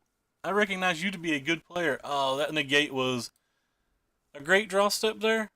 So now we pretty much have to draw Fumigate, I guess? We're not dead on board, but we're certainly in super bad shape because of the top deck negate. I think it was right to attack. Maybe it wasn't right to attack. Kind of interesting to whether it was right or not. I'm assuming it was right. So the Caracal gives me 3 blockers, which means I'm not dead again next turn. So let's see if opponent can draw another good draw spell. If he hits a land, we win.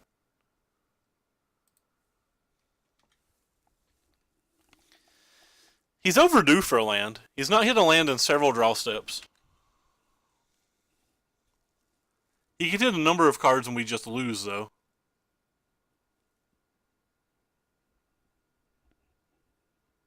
Yeah, it is. I don't know if it's tier 1 or even 1.5, but I feel like I'm a favorite versus zombies, black, green, and mono red, and it's just an incredible amount of fun. Like, I would play this deck as opposed to most anythings right now. So, our Caracal was enough. We won a fair game, which was pretty fun.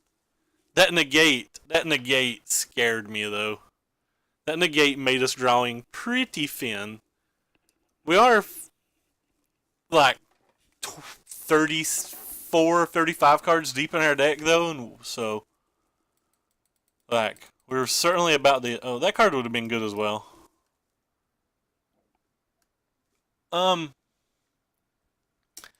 The teamer match generally depends to me on how many negates they draw. When the games they draw 2 negates, I feel like I lose. The games they draw 1 negate, I feel like I win. We got lucky and won that game even though we had 2 negates. Versus mono red, I've been bringing in... Sorry, let me scoot these over here. I've been bringing in the 2 authorities. I have the 2 main deck as well. I've been bringing in the 4 kitty cats. And I've been bringing in the 2 Linvalas. Sideboarding out, I usually sideboard out 1 approach. I like to keep 2 of them because just a lifelink alone is generally good enough. I like to sideboard out 2 Fumigates because I generally never want to draw more than 1, and in some games you don't get to draw any, or you don't want to draw any. I generally take out some of the slower card draw spells. I'm generally just cycling these anyway, and I think sensors are better things to cycle. And I generally, on the player to draw, take out some number of sensors or some number of Supreme Wills to fill it out. I think Supreme Wills are better on the draw. I think sensors are better on the draw. I think Supreme Wills are slightly better on the play. But I generally tend to always have more than one more sensor in the deck than Supreme Will at max. So like on the draw, I might want all 4 sensors, where on the play, I might want 3 sensors and 1 will. Goosome, what's the deck bad against? It's It's fine versus the blue-red God's Pharaoh gift. They they combo a little quicker, but they're a little less resilient to you hating on them. The But the decks that it really loses to, it loses to like the blue red Elder Deep Fiend decks with like the scarabs and the prized amalgams. It loses to the reanimator decks. It's an extremely long and arduous match, and they generally, because of champion of wits, can just draw 3 or 4 negates in a match, and you can just never beat them with creatures. And because they're drawing a million negates, it's almost impossible for you to beat them with their approaches as well. Because between their lost legacies, their negates, and their transgresses, it's just really hard to leverage an approach win. And because of champion of wits and strategic plannings and traversing for champion of wits, like they generally go 40 cards deep into their deck or whatever, and they just find like 5 or 6 copies of those particular cards. Your game 1 is insane, but it's really hard to pick up game 2 or 3 versus them. It's also really bad versus ramp. Like you have to try to counterspell every ramp spell, and the sometimes just countering every ramp spell is not good enough, because like if they have 25 to 26 lands the same as you. So like if they just play lands 1 through 5, or sorry, 1 through 7, or even 1 through 6 with a shrine, and just start playing world breakers, it's really hard for you to win with your 7 mana sorcery that you have to cast twice. Um, if ramp was a more popular deck, I would be playing summary dismissals and stuff in the sideboard. I'm pretty sure 1 to 2 summary dismissals would win that match. And cards that are on the chopping block in the sideboard that have really underperformed, but I don't really know what's been better than them. Like these 5 cards have kind of underperformed. The Limvalas is somewhere in the middle. Like the Limvalas haven't been trash, but they've also not been great. They've won a lot of games, but they've been bad in a lot of games. But like these 3 cards over here have just been trash. I just don't exactly know what to sideboard them for yet. Summary dismissals and another negate are 3 of the cards I'm considering. Daniel, and forgive me for pronouncing names wrong, I'm a redneck, but I think his name is Daniel Fortner. He got second in the Moto PTQ last week, and he had Spell Quellers, which he said wasn't particularly good, and he had Gideons, which I believe he also said weren't particularly good. So like I don't really want to try either of those cards, which have been more common right now. Um, but just more of the off the wall decks, like the Deep Fiend decks and the Reanimator decks and the blue black Scarab God deck, which is becoming very popular, is difficult for you to beat. The decks that are packing like Heroic Intervention, which is not a very common card right now, is actually really hard for you to beat as well.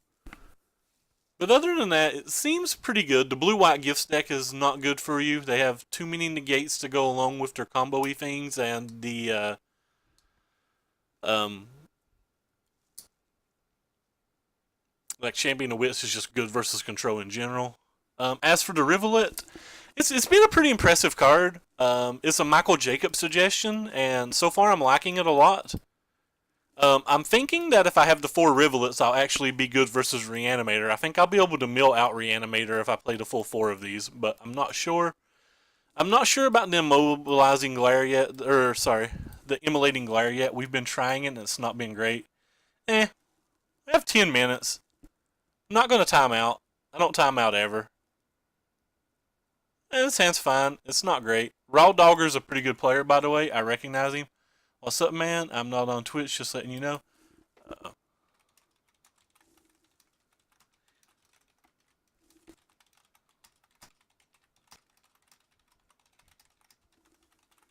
I recognize this guy from multiple chat rooms and talking with him. He's a pretty decent player. I don't actually know what he plays though, so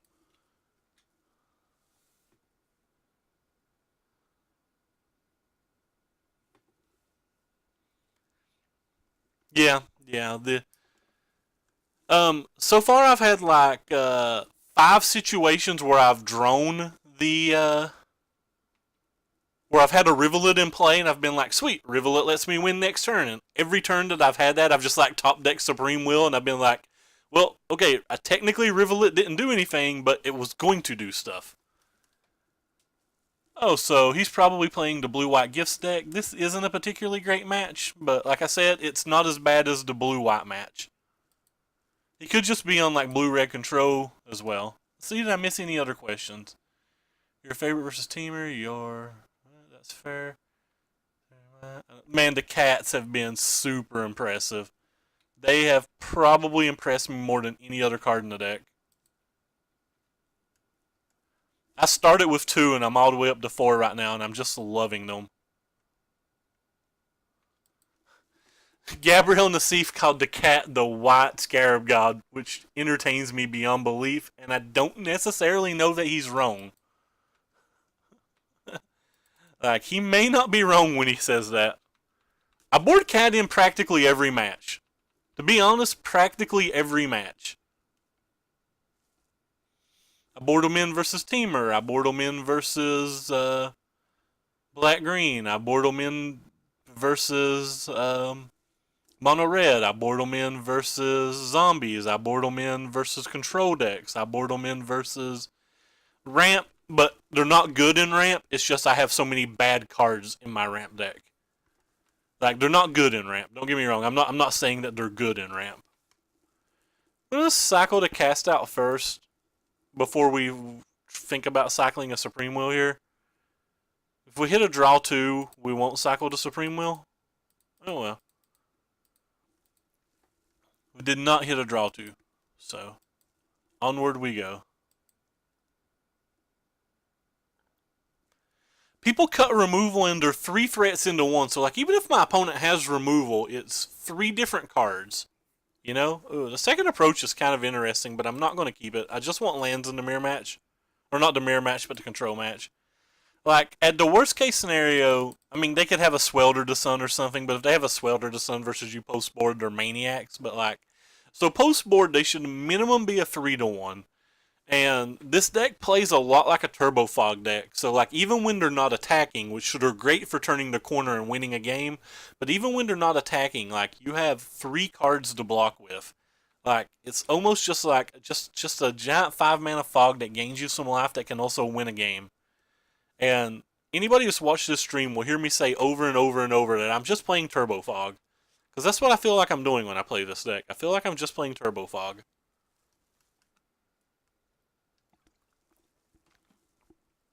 So in the game 1 in this match, I find it usually pretty easy to mill them.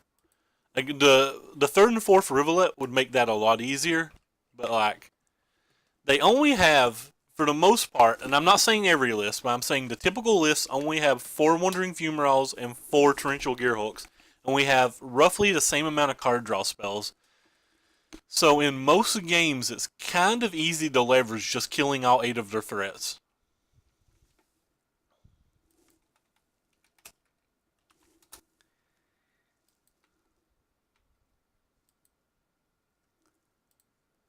I'm just going to go ahead and slam this. We don't care if he counterspells it. We don't care if he resolves a Gearhulk or whatever. We don't have a counterspell. So there's no reason to protect around anything. And this makes him worry about this card the rest of the game. Whether this card resolves or not, like, for now, for the rest of the game, he's got to worry about there being another approach.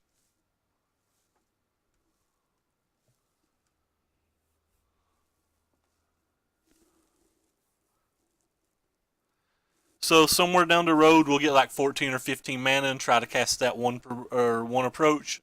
The other approach we know is on the bottom of our library, so we won't get to it. So like we really are just trying to mill stone right now.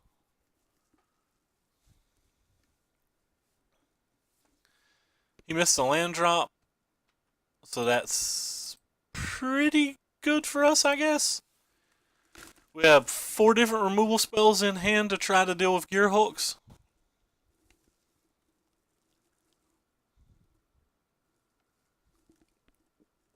We didn't draw any of our draw 2s this game, though, which is unfortunate.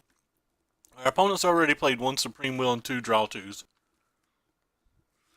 So he's pretty far ahead of us in that regard. Let's go ahead and press F6. He's already hit 3 of his 4 Wandering Fumaroles, which is kind of bad for us as well.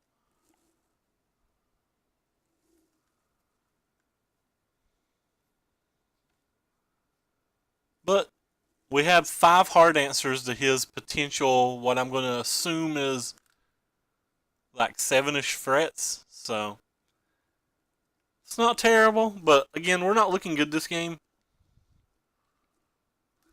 I mean, obviously the hand we have isn't the type of hand you want versus that deck.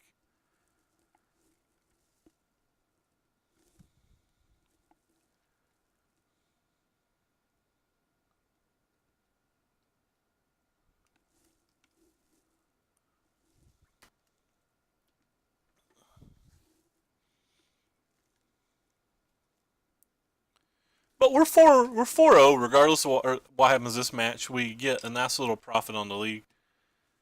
And a nice little stream day too. Can't really counterspell my spells here because if he does, I could just have approach. So we'll go ahead and gain 4 life. Even though gaining 4 life probably not real relevant.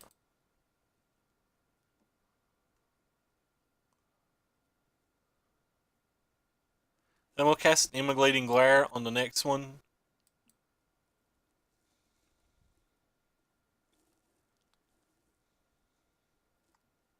Oh wow, that's kind of interesting.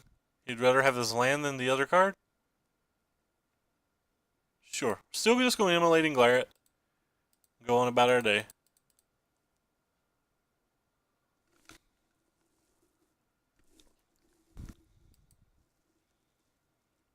And if he used the Disallow or a Supreme Will to counterspell that, we could have top decked and won. This is another thing that I think a lot of the blue players do that I don't really like. It's not so bad when you have a million amount of dead cards, but like a lot of people cast these glimmers and stuff and draw and have to discard to their turn, and I'm not a fan of having to discard to my turn. I'd rather save a glimmer and not, but like I said, it's not bad when obviously there's like magma sprays and harness lightnings and abrades that are absolutely dead. I'm gonna keep that and cycle it. Really just wanting to find some draw twos or something now. Our opponent's 3 cards deeper in his deck than us, which means he's 3 cards closer to dying. Now he's 4 cards closer to dying. The plan truly is to mill him this game. If we sneak an approach by, that's great, but like I said, the main plan is to mill this opponent out. Game 1. Game 2 is a little bit more difficult. We'll probably bring in the full conversion board and see if we can just beat him by attacking. Which is a little hard, but not super hard. Let's go ahead and try to kill another land here.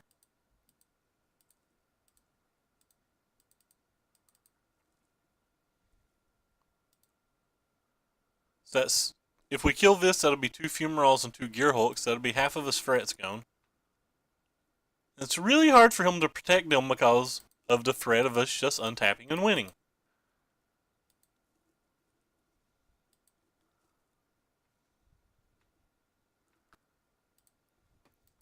It's just really hard for him to win. They might not even have the full 4 Gearhulks. Like, he could easily just be on 3 Gearhulks.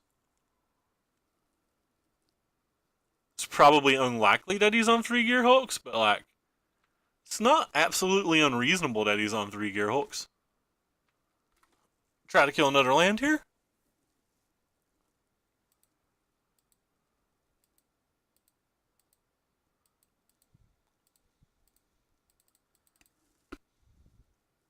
And for those who don't know, if you put the meltdown on a land, the meltdown will go away. Somebody asked that in an earlier stream, so I just want to go ahead and let people know that that's why we're not ever doing anything like that.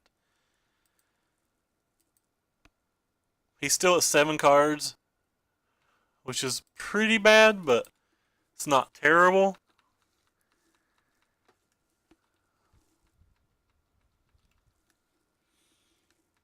Still the spot where the entire game he really just has to respect the approach, which is pretty nice in a way.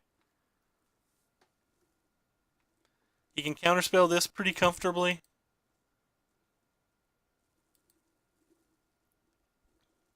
We'll take the Glimmer, put 3 random cards on the bottom, so That's good to keep in mind because we know where the other approach is.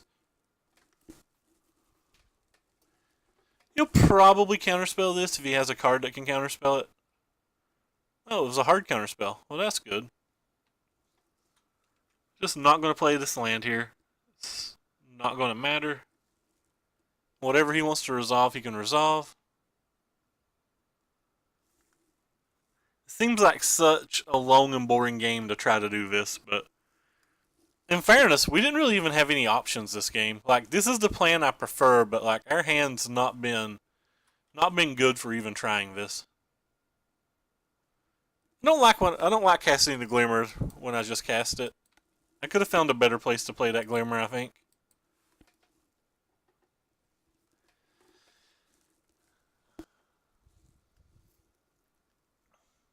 Alright.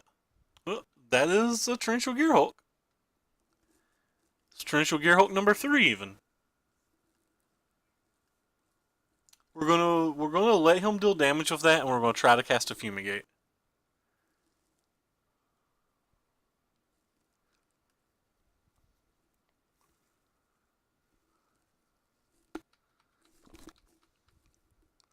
There's a third Gearhulk in his like top 36 cards, which is pretty nice.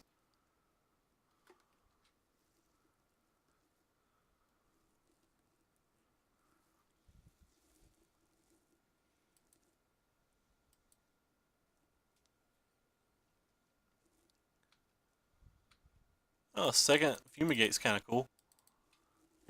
So we get to try to Fumigate twice this turn? Can't play around a Supreme Will with the second one? To try to play around a Supreme Will or to try not to play around a Supreme Will? I guess we'll try to play around a Supreme Will and wait to do it on the following turn. Willing to take 9. Could even use the Effort Meltdown if we want. Oh wow, he's saving all of his mana. That's kind of scary. Does that mean he's droned the 4th Gearhulk in his top 40? Hopefully it's not another Gearhulk. That would be bad for us.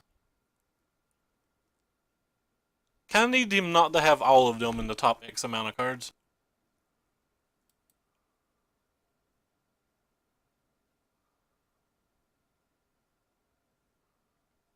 Another Disallow.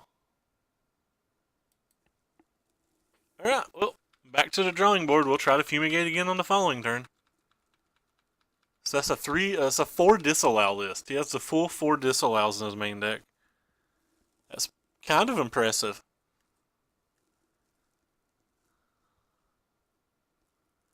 That's something that's not very common right now as well.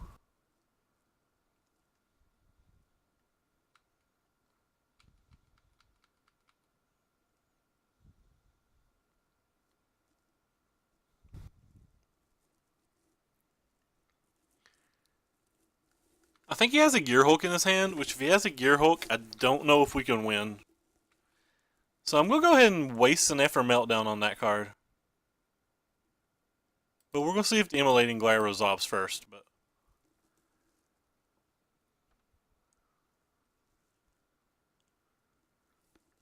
yeah, well, I'm willing to take 22 damage, so I'm willing to let him attack for 22 turns. So we'll go ahead and throw the Meltdown on this. That's all 4 of his Wandering Fumaroles.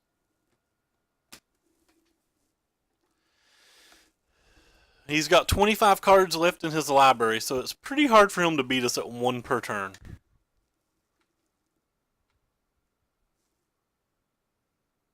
We're going to cast this during his upkeep.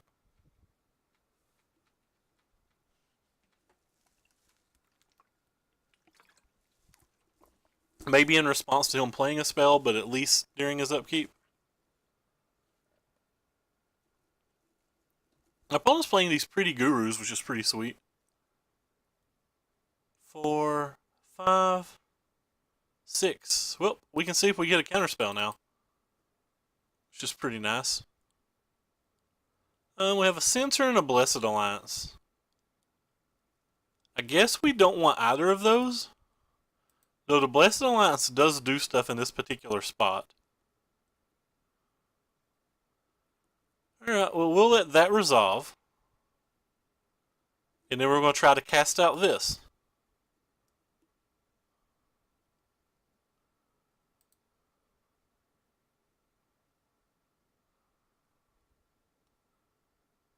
So Glimmer, the Glimmer resolves.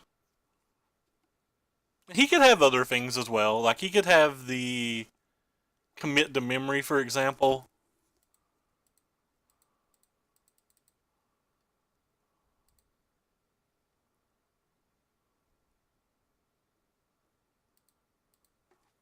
So he could have like a Locust God in his deck. He could have a lot of things still, but all that we know for a fact is that we're on a 21 turn clock when he has 22 cards, so it's not unreasonable to think that we can get there.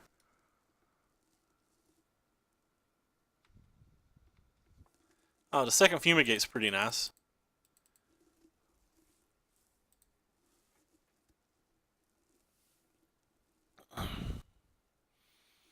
So opponent has no more Gearhulks unless I counted wrong. Hieroglyph, sure, you don't have any hard counters in your deck. You could have Negate. I shouldn't say he has no hard counters. Guess we'll go ahead and play this in case he does have something like Locust God. In theory, that's all 8 of his removal spells. Or in theory, that's all 8 of his kill spells. Again, he could have other things. Not every list is the exact same. He could have Locust God. There could be a Kefnet somewhere in there. There could be a commit to memory or whatever to get his 1 Gearhulk back. Like, there could just be a number of things. There could be a Planeswalker. There could be a Chandra. But, like, the general plan is to deal with those 8 threats and then try to sort it out from there. Our opponent is 11 cards deeper into his deck than we are at the moment. Versus a lot of those things, we still have another Fumigate, which is pretty nice. Opponent's put about everything on the bottom of his library in his deck, though, so it'll be interesting to see what his last card is. Be interesting to see why he hasn't conceded anyway.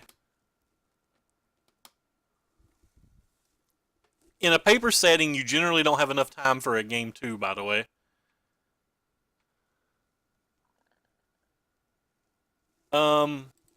Sorry, I just saw your question. I apologize for not answering quicker.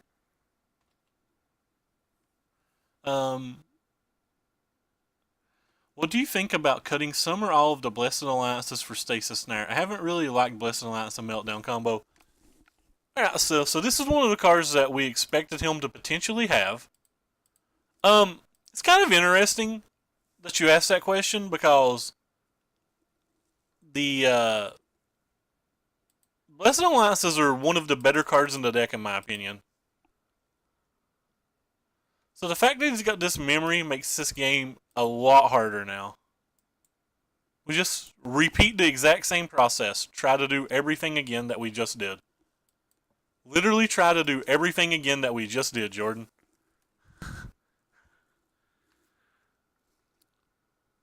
I would not cut a Blessed Alliance. I would cut a Meltdown before I cut the Blessed Alliance, which is why we're testing 2 Immolating Glares over 2 of the Meltdowns at the moment. But for the most part, I've really, really enjoyed the Meltdowns.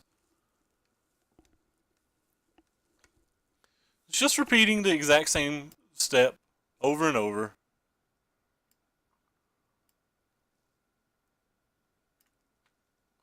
It's not easy. Like, it's a hard match. Don't get me wrong. I'm not saying this is an easy match. It is certainly a hard match to win. That's pretty unfortunate for us. We didn't draw a draw 2, and we didn't draw a approach, so. All we drew is this Censor that's not particularly good versus a Gearhulk. But we're going to throw this Meltdown on a Gearhulk and go on about our day. It's just honestly repeating the same process over and over, Jordan.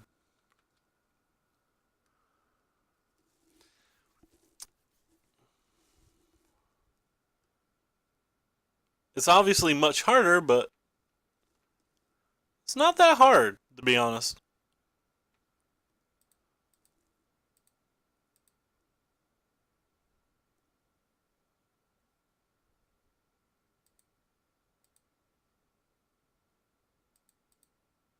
Uses the mana better to cycle that one.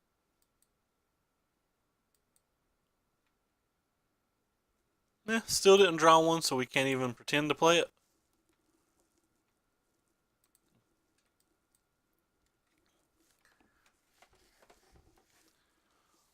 It's just over and over the same little run.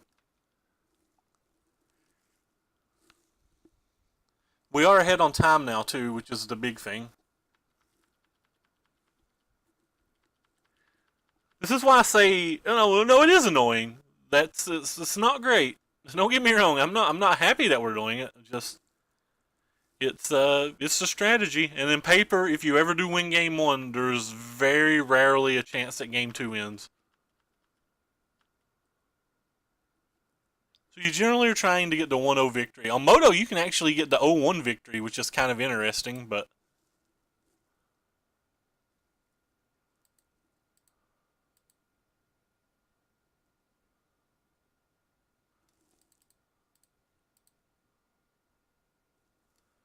we're looking for cards that we can deem relevant. So we could take an approach here, but what's an approach do? Nothing?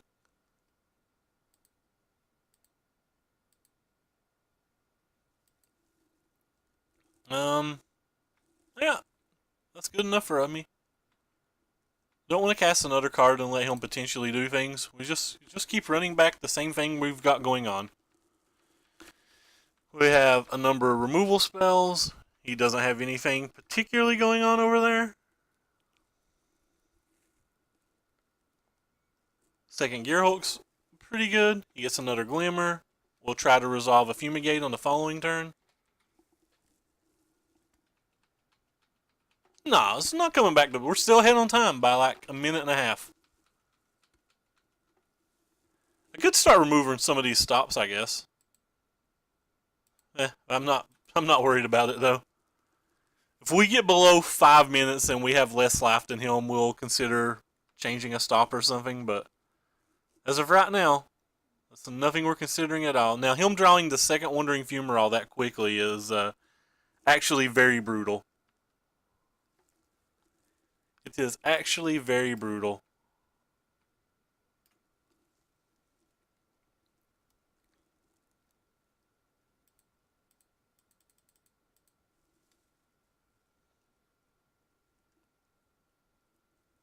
Not real happy about that.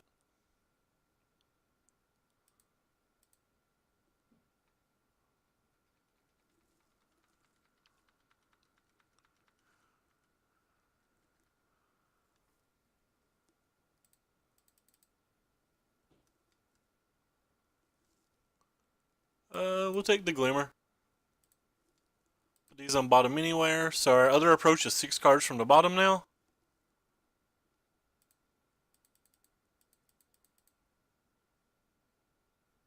Six cards from the bottom. Our opponent didn't play a Censor earlier, did he? 6 cards from the bottom.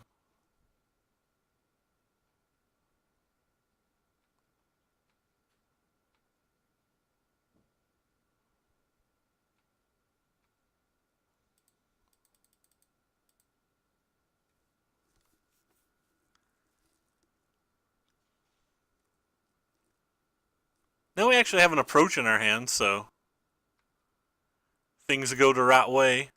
We're pretty happy about that. Gain a life. We have this Blessed Alliance.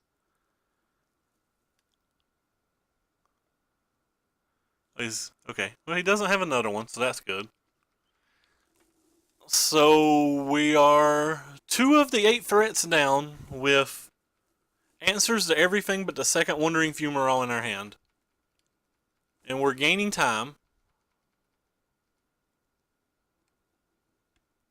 Him drawing these Wandering Fumaroles in this order is incredibly bad for us. I just want to go ahead and point that out.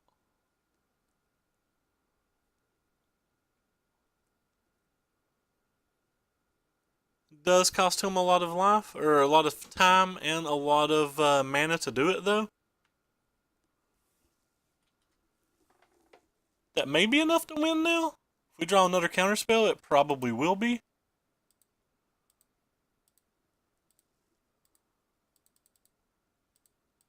Kind of don't want to play Approach. I kind of just want to keep spending time.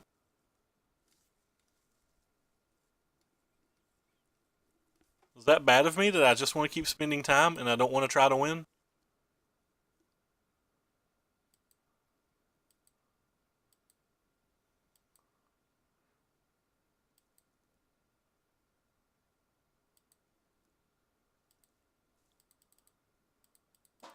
This actually will put him ahead of card.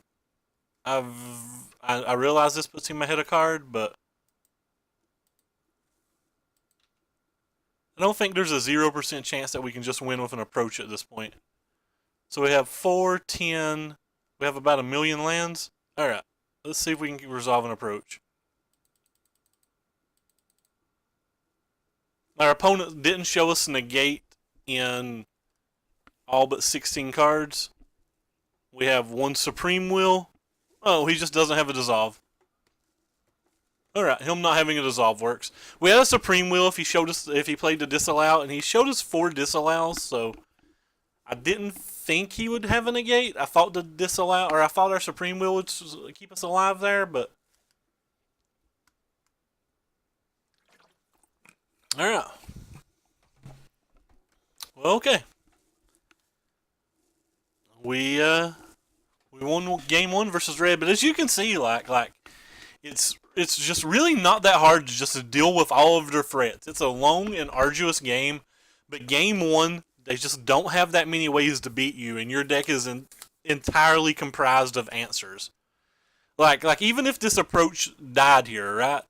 Like we already have 5 answers in our hand to the potential. The most threats he can have is 8, and 3 of them are gone. So that means there's only 5 threats left in his deck, and we still already have 5 answers in hand.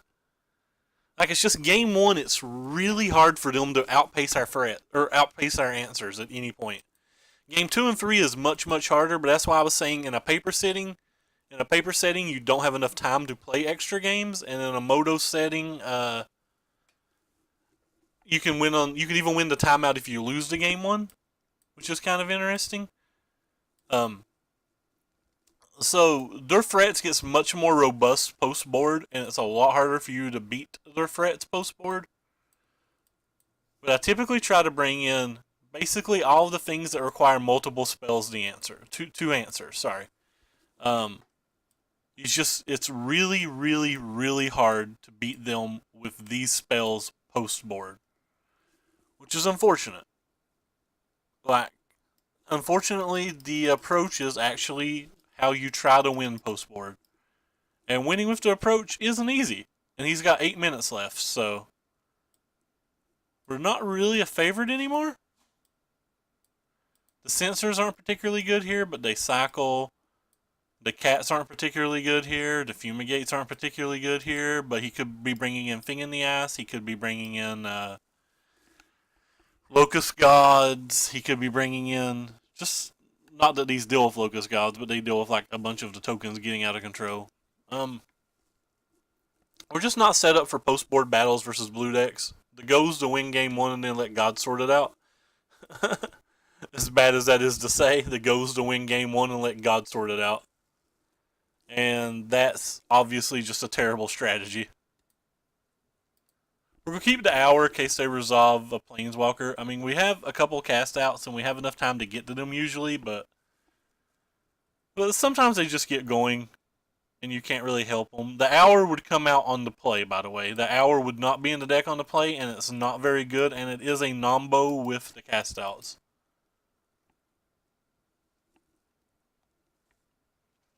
We have to mulligan. They had to mulligan. Alright, this is a perfect hand. You just want to keep as many lands as you can humanly keep versus these decks. Also want to keep any draw to we can keep. Mouse is sticking a little bit. Streaming lags me a little bit, but that's fine. It's all about just trying to play fast now. I'm actually going to remove these stops. Yep, Fing and Ice is one of the ways they can win early, which is why we left mobilizing glares and stuff in. Yep. It's a good thing I have a stop in my second main phase because I done goofed.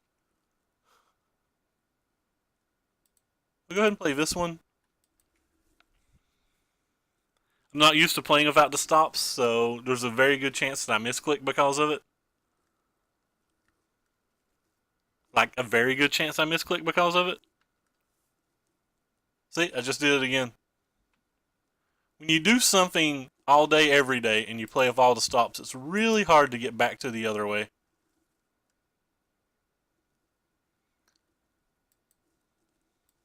Whereas they say it's not easy being cheesy. I did say that, and I'm proud of myself.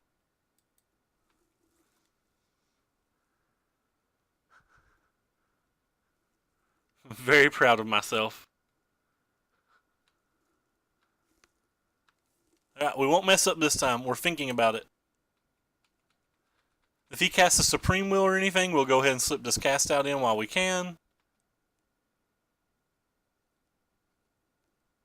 Alright, no Supreme Will. That's fine. We'll cast a Glimmer at the end of his turn.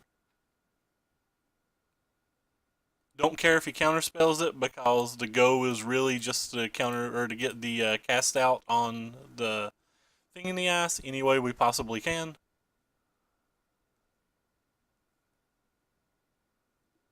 Would be nice for this to resolve though because getting lands is much fun. Put on the bottom, put on the top, press F6, play our land for the turn.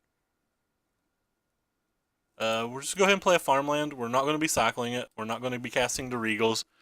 And we're going to hope that he casts a spell that we can put the cast out down. But that may or may not happen. The Thing of Ice doesn't do anything if he doesn't ever play a spell.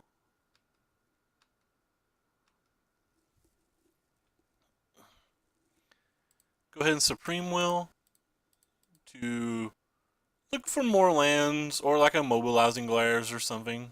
I keep saying immobilizing, but it's immolating. I know that it's immolating. I don't know why I say that. So we'll take the land. Oh, now we have a negate, which is great. That may or may not have rhymed.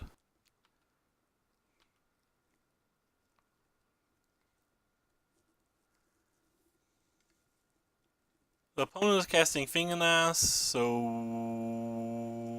Or sorry, casting Glimmer, so we'll let the Glimmer resolve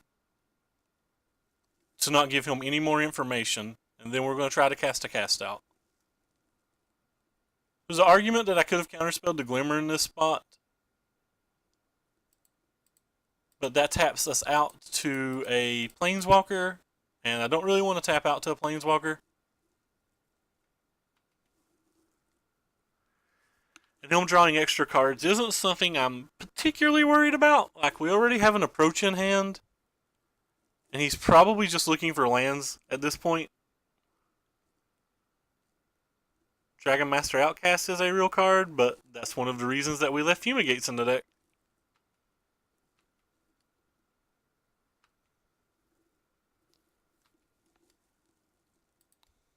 One of the reasons we didn't sideboard out all the Fumigates.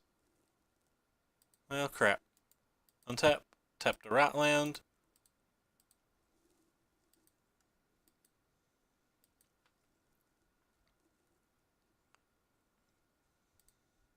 Actually going to do something a little odd here. I'm going to go ahead and try to resolve this spell.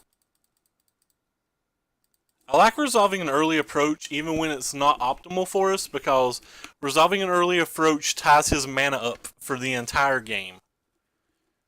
So, like, we just made him lose 2 mana for the entire game. Which is great, obviously. The Dragon Master Outcast and is a real issue, though. But, again, we have the 2 Fumigates in our deck, so getting to another... Or, sorry, we have 1 Fumigate in the deck. But, so getting to it's going to be a little difficult, but... Not getting... We have the Hour as well, and then he gets the Thing back, but... it's not that big of a deal. It's obviously not an easy game when they have the Outcast, but it's not the end of the world either. Go ahead and slam the Glimmer.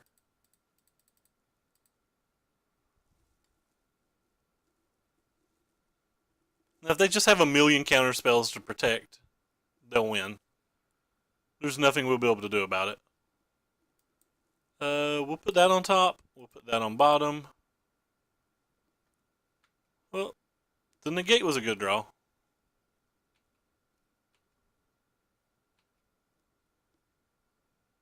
Go ahead and play this. Don't care if he counters it. Don't even care if he censors it. It's just using the mana as efficiently as possible, and I would rather resolve a Supreme Will than the other card anyway. So 1, 2, 3, 4, 5, 6, 7. Might as well wait one turn on the approach. Might get to see more cards out of his hand or whatever, and we might find a Fumigate. If we find a Fumigate, we would rather try to resolve the Fumigate, because we'd be able to play multiple extra spells to protect it.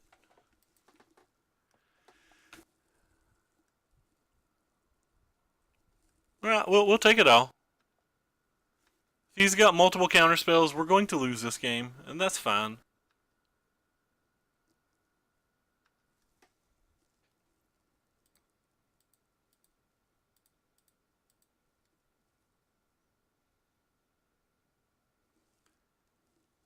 There's an Hours.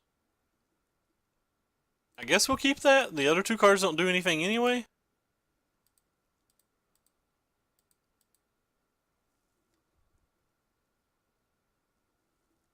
There's another Approach, which doesn't do anything anyway, because if we don't win this turn, we don't win at all. Or, sorry, if we don't survive this turn, we don't win at all. So how many lands do we have? We have 3, 5, 6. So we can play double Fumigate if we play the Revelation. So we're going to go for the Revelation, I think. He gets his thing in the ass back, but it's the one we can most easily protect. If he just has one counter spell and like a censor, we definitely lose the other way. This is a Disallow. If he's got 2 more counter spells, we lose. If he doesn't have 2 more counter spells, by the way, it makes the approach look a lot better for the following 2 turns.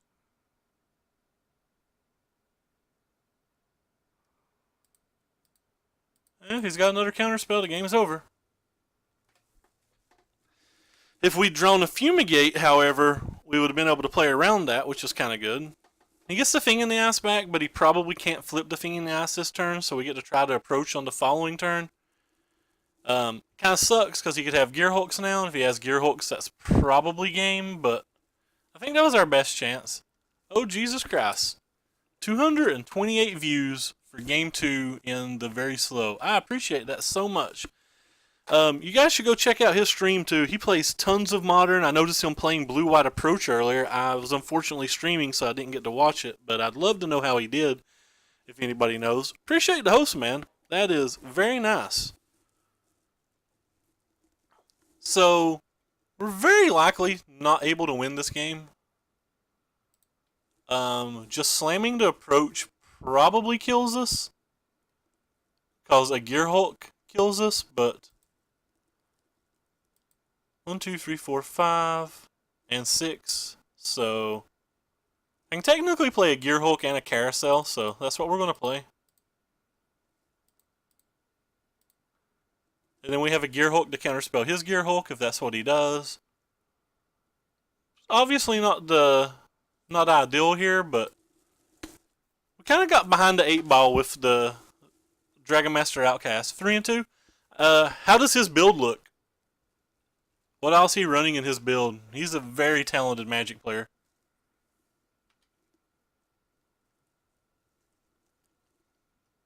Yeah, so he's just going to kill the cat. That's fine. I still have the 2 blockers. Does he still run? Does he run Meltdowns and Immolating Glares? I guess that's the card I'm most interested in. He runs the full combo of those cards.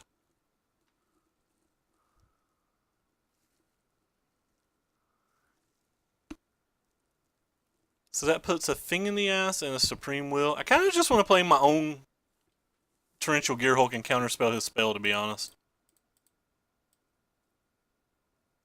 I guess I can't. Let's see. 5, 1, 2, 3, 4. If he had 2 more spells, he would just win. I think that's the risk I'm willing to take. Oh, Graphstones. I've not saw the Graphstone build, but I've heard somebody talking about the Graphstone build. I feel like that's something I need to look into at some point. I think it's kind of hard for him to have 2 spells and still have 5 mana open, right? Yeah, it's kind of hard for him to have 2 spells and 5 mana open.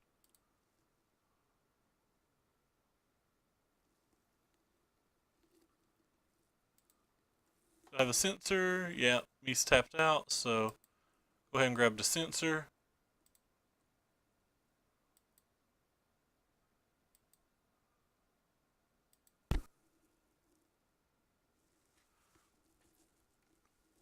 I really have to see the Graphstone build. I'll have to go check his stream out here in a minute, or it's probably on his Twitter as well. It's hard for him to have 2 spells, so. We had the Mountain, so that makes it a little easier. Alright, well, about 1 million different things kill us. So we really can't just not play an approach anymore, right? At this point, we just have to play the approach.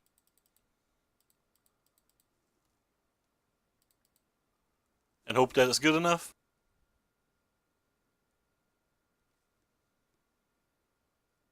Alright, that's a disallow.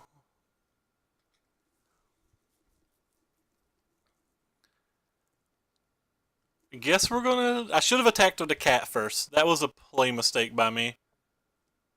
Should have definitely attacked with the cat first. It was a pretty large play mistake by me by not attacking with the cat first to pad my life total. Because I want to be above 11 in case he flips the Thing in the Ass and has the Wandering Fumarole. That's a pretty large mistake by me. If he's going on the Thopter plan, I have to imagine that we're a favorite to resolve this second approach. It's down to 3 minutes and 14 seconds, though. So this is round 4, by the way, and we're currently 4-0 for anybody that's new. Again, appreciate the host a lot. Appreciate any new followers. There's a link to the Twitter down below. The Twitter, he'd F6'd. The Twitter also has a link to the YouTube on it. 1, 2, 3, 4, 5. Alright, so I can cast, even if he has the counter spell, we can cast the post counterspell Fumigate, which gets rid of the big threat in play, but he F6 last turn. There's a good chance he doesn't have a counterspell here, and if he does, it's not great for us, because if he does, it's going to be off of a Torrential Gearhulk, which means we get all of our Gearhulks and stuff back in our hand. So this obviously isn't ideal, because he's going to have double Gearhulk going forward. It's an argument that I could have cast a Fumigate first, I guess. But I also have 2 Gearhulks going forward, and we're way ahead on the clock, so I think just trying to resolve the Fumigate is better, or more likely to win here. Like, I don't think we can lose in 2 minutes and 45 seconds, so this is kind of playing the... I don't think he would counterspell the Fumigate, especially if he has a Gearhulk in hand. He would just let it die and play the Gearhulk. So, I think either way it runs out to roughly the same. Oh wow, I did not mean to press F6 there, but that's fine. Or I didn't meant to press F2 there, I mean. Again, I'm not used to playing with these stops. We removed some stops because the game's getting low on time. So we know his 2 cards in his hand. So we know the cat resolves.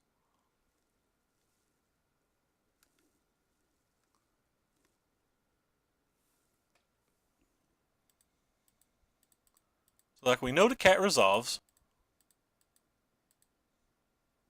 He knows the cards in our hand too, so like I could have tapped my mana slightly better, but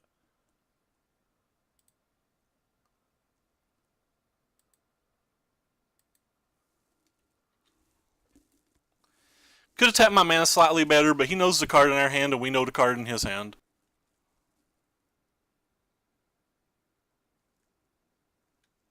So how about just pressing F6 now to make sure that the timeout. We wasted like 5 minutes at the beginning of this match talking about sideboarding too. So if we do win by time, that's pretty hot. Sure. Don't really care if we take that damage. We'll probably just attack with our cats and not really care if they die. May not attack with our cats now that we drew that. Probably not going to attack with our cats now. I'm going to save the Blessed Alliance. We'll Gearhulk counterspell his card draw spell here. We're fine with that. Can't counterspell the actual Gearhulk itself. But we can counterspell any other card that he grabs with it. If he wants to Glamour, sure.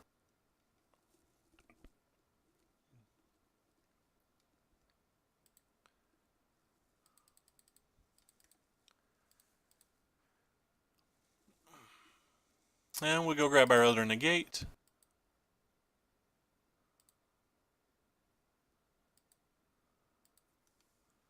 And we'll press F6. We have quite the formidable little ground force set up here. He did leave Sweltering Suns in his deck, though. Sweltering Suns would be a pretty decent draw right now. Alright, I guess GG, man. I guess he realizes that he was going to time out first. Raw Dogger's a pretty decent player, though, and he's a frequenter of the stream, but the game ones just go so long that if you play fast, it's really hard to finish a game 2 or a game 3. And the fact that he had commit and memory made game 1 double as fast. But anyway, nice little 5-0. So I guess we'll pop up the deck list now, and I'll say goodbye to people. Nice little 5-0, though. Again, still don't know how good these 3 cards are. The Gearhulks looked good in that match. That's the only match that the Gearhulks ever looked good in. And we're still not sure on the Immolating Glares. They've not felt great, but they feel okay. We're mostly testing them because a guy from my YouTube asked me to test. He's testing for regionals, and he wanted to know how they are, so that's why we're trying out these. The Rivulets have been insane. They've been really good. I might go up to a 3rd. I might go up to a 4th. It's just something to actually think about a little bit, I guess, but that is the general plan in that regard. Anyway, so a nice 501 today. I want to thank all of the new viewers. I want to thank both Mana Traders and Holy Shamgar for I can't pronounce things. I apologize, Redneck. For the host, I appreciate it a lot. You guys are the best. And anybody that's in this stream should definitely go and follow their streams. Especially if you like Modern. Holy streams a lot of just different formats, but he is... I really enjoy his Modern streams. He's one of the first places I go when I need to ask a Modern question. I actually asked him a Modern question earlier today. I was asking him about our local meta. So anyway, let's see who we're going to host. We got Sam on. We got Nassif on. Sam and Nassif don't really need hosts. Thundermole's on. I guess I'll spill out the words again. You know, click on the Twitter. Thank you very much, by the way, for the well played. Click on the Twitter down below and go to click on the link to the Twitter below to see anytime I go live and all the deck lists we play. And I guess we'll throw Sam the host. Sam's doing a 24-hour stream. He's doing some giveaways. I don't actually know the details of his giveaways. But right now he's trying the Scarab God Teamer, which is kind of a deck I'm pretty interested in. So I guess we'll give him the host. I have a theory that having the first Scarab God before the fourth Glorybringer is wrong, but let's go watch the stream and find out. Anyway, take care, everybody. And I appreciate the follows, I appreciate the likes, and check out the YouTube if you want, but as of right now, it's just streams from the dailies. Anyway, see ya. And I typed host wrong again, because the bot commands all have the exclamation mark, so I pretty much non-stop type it wrong. Alright, again, see ya.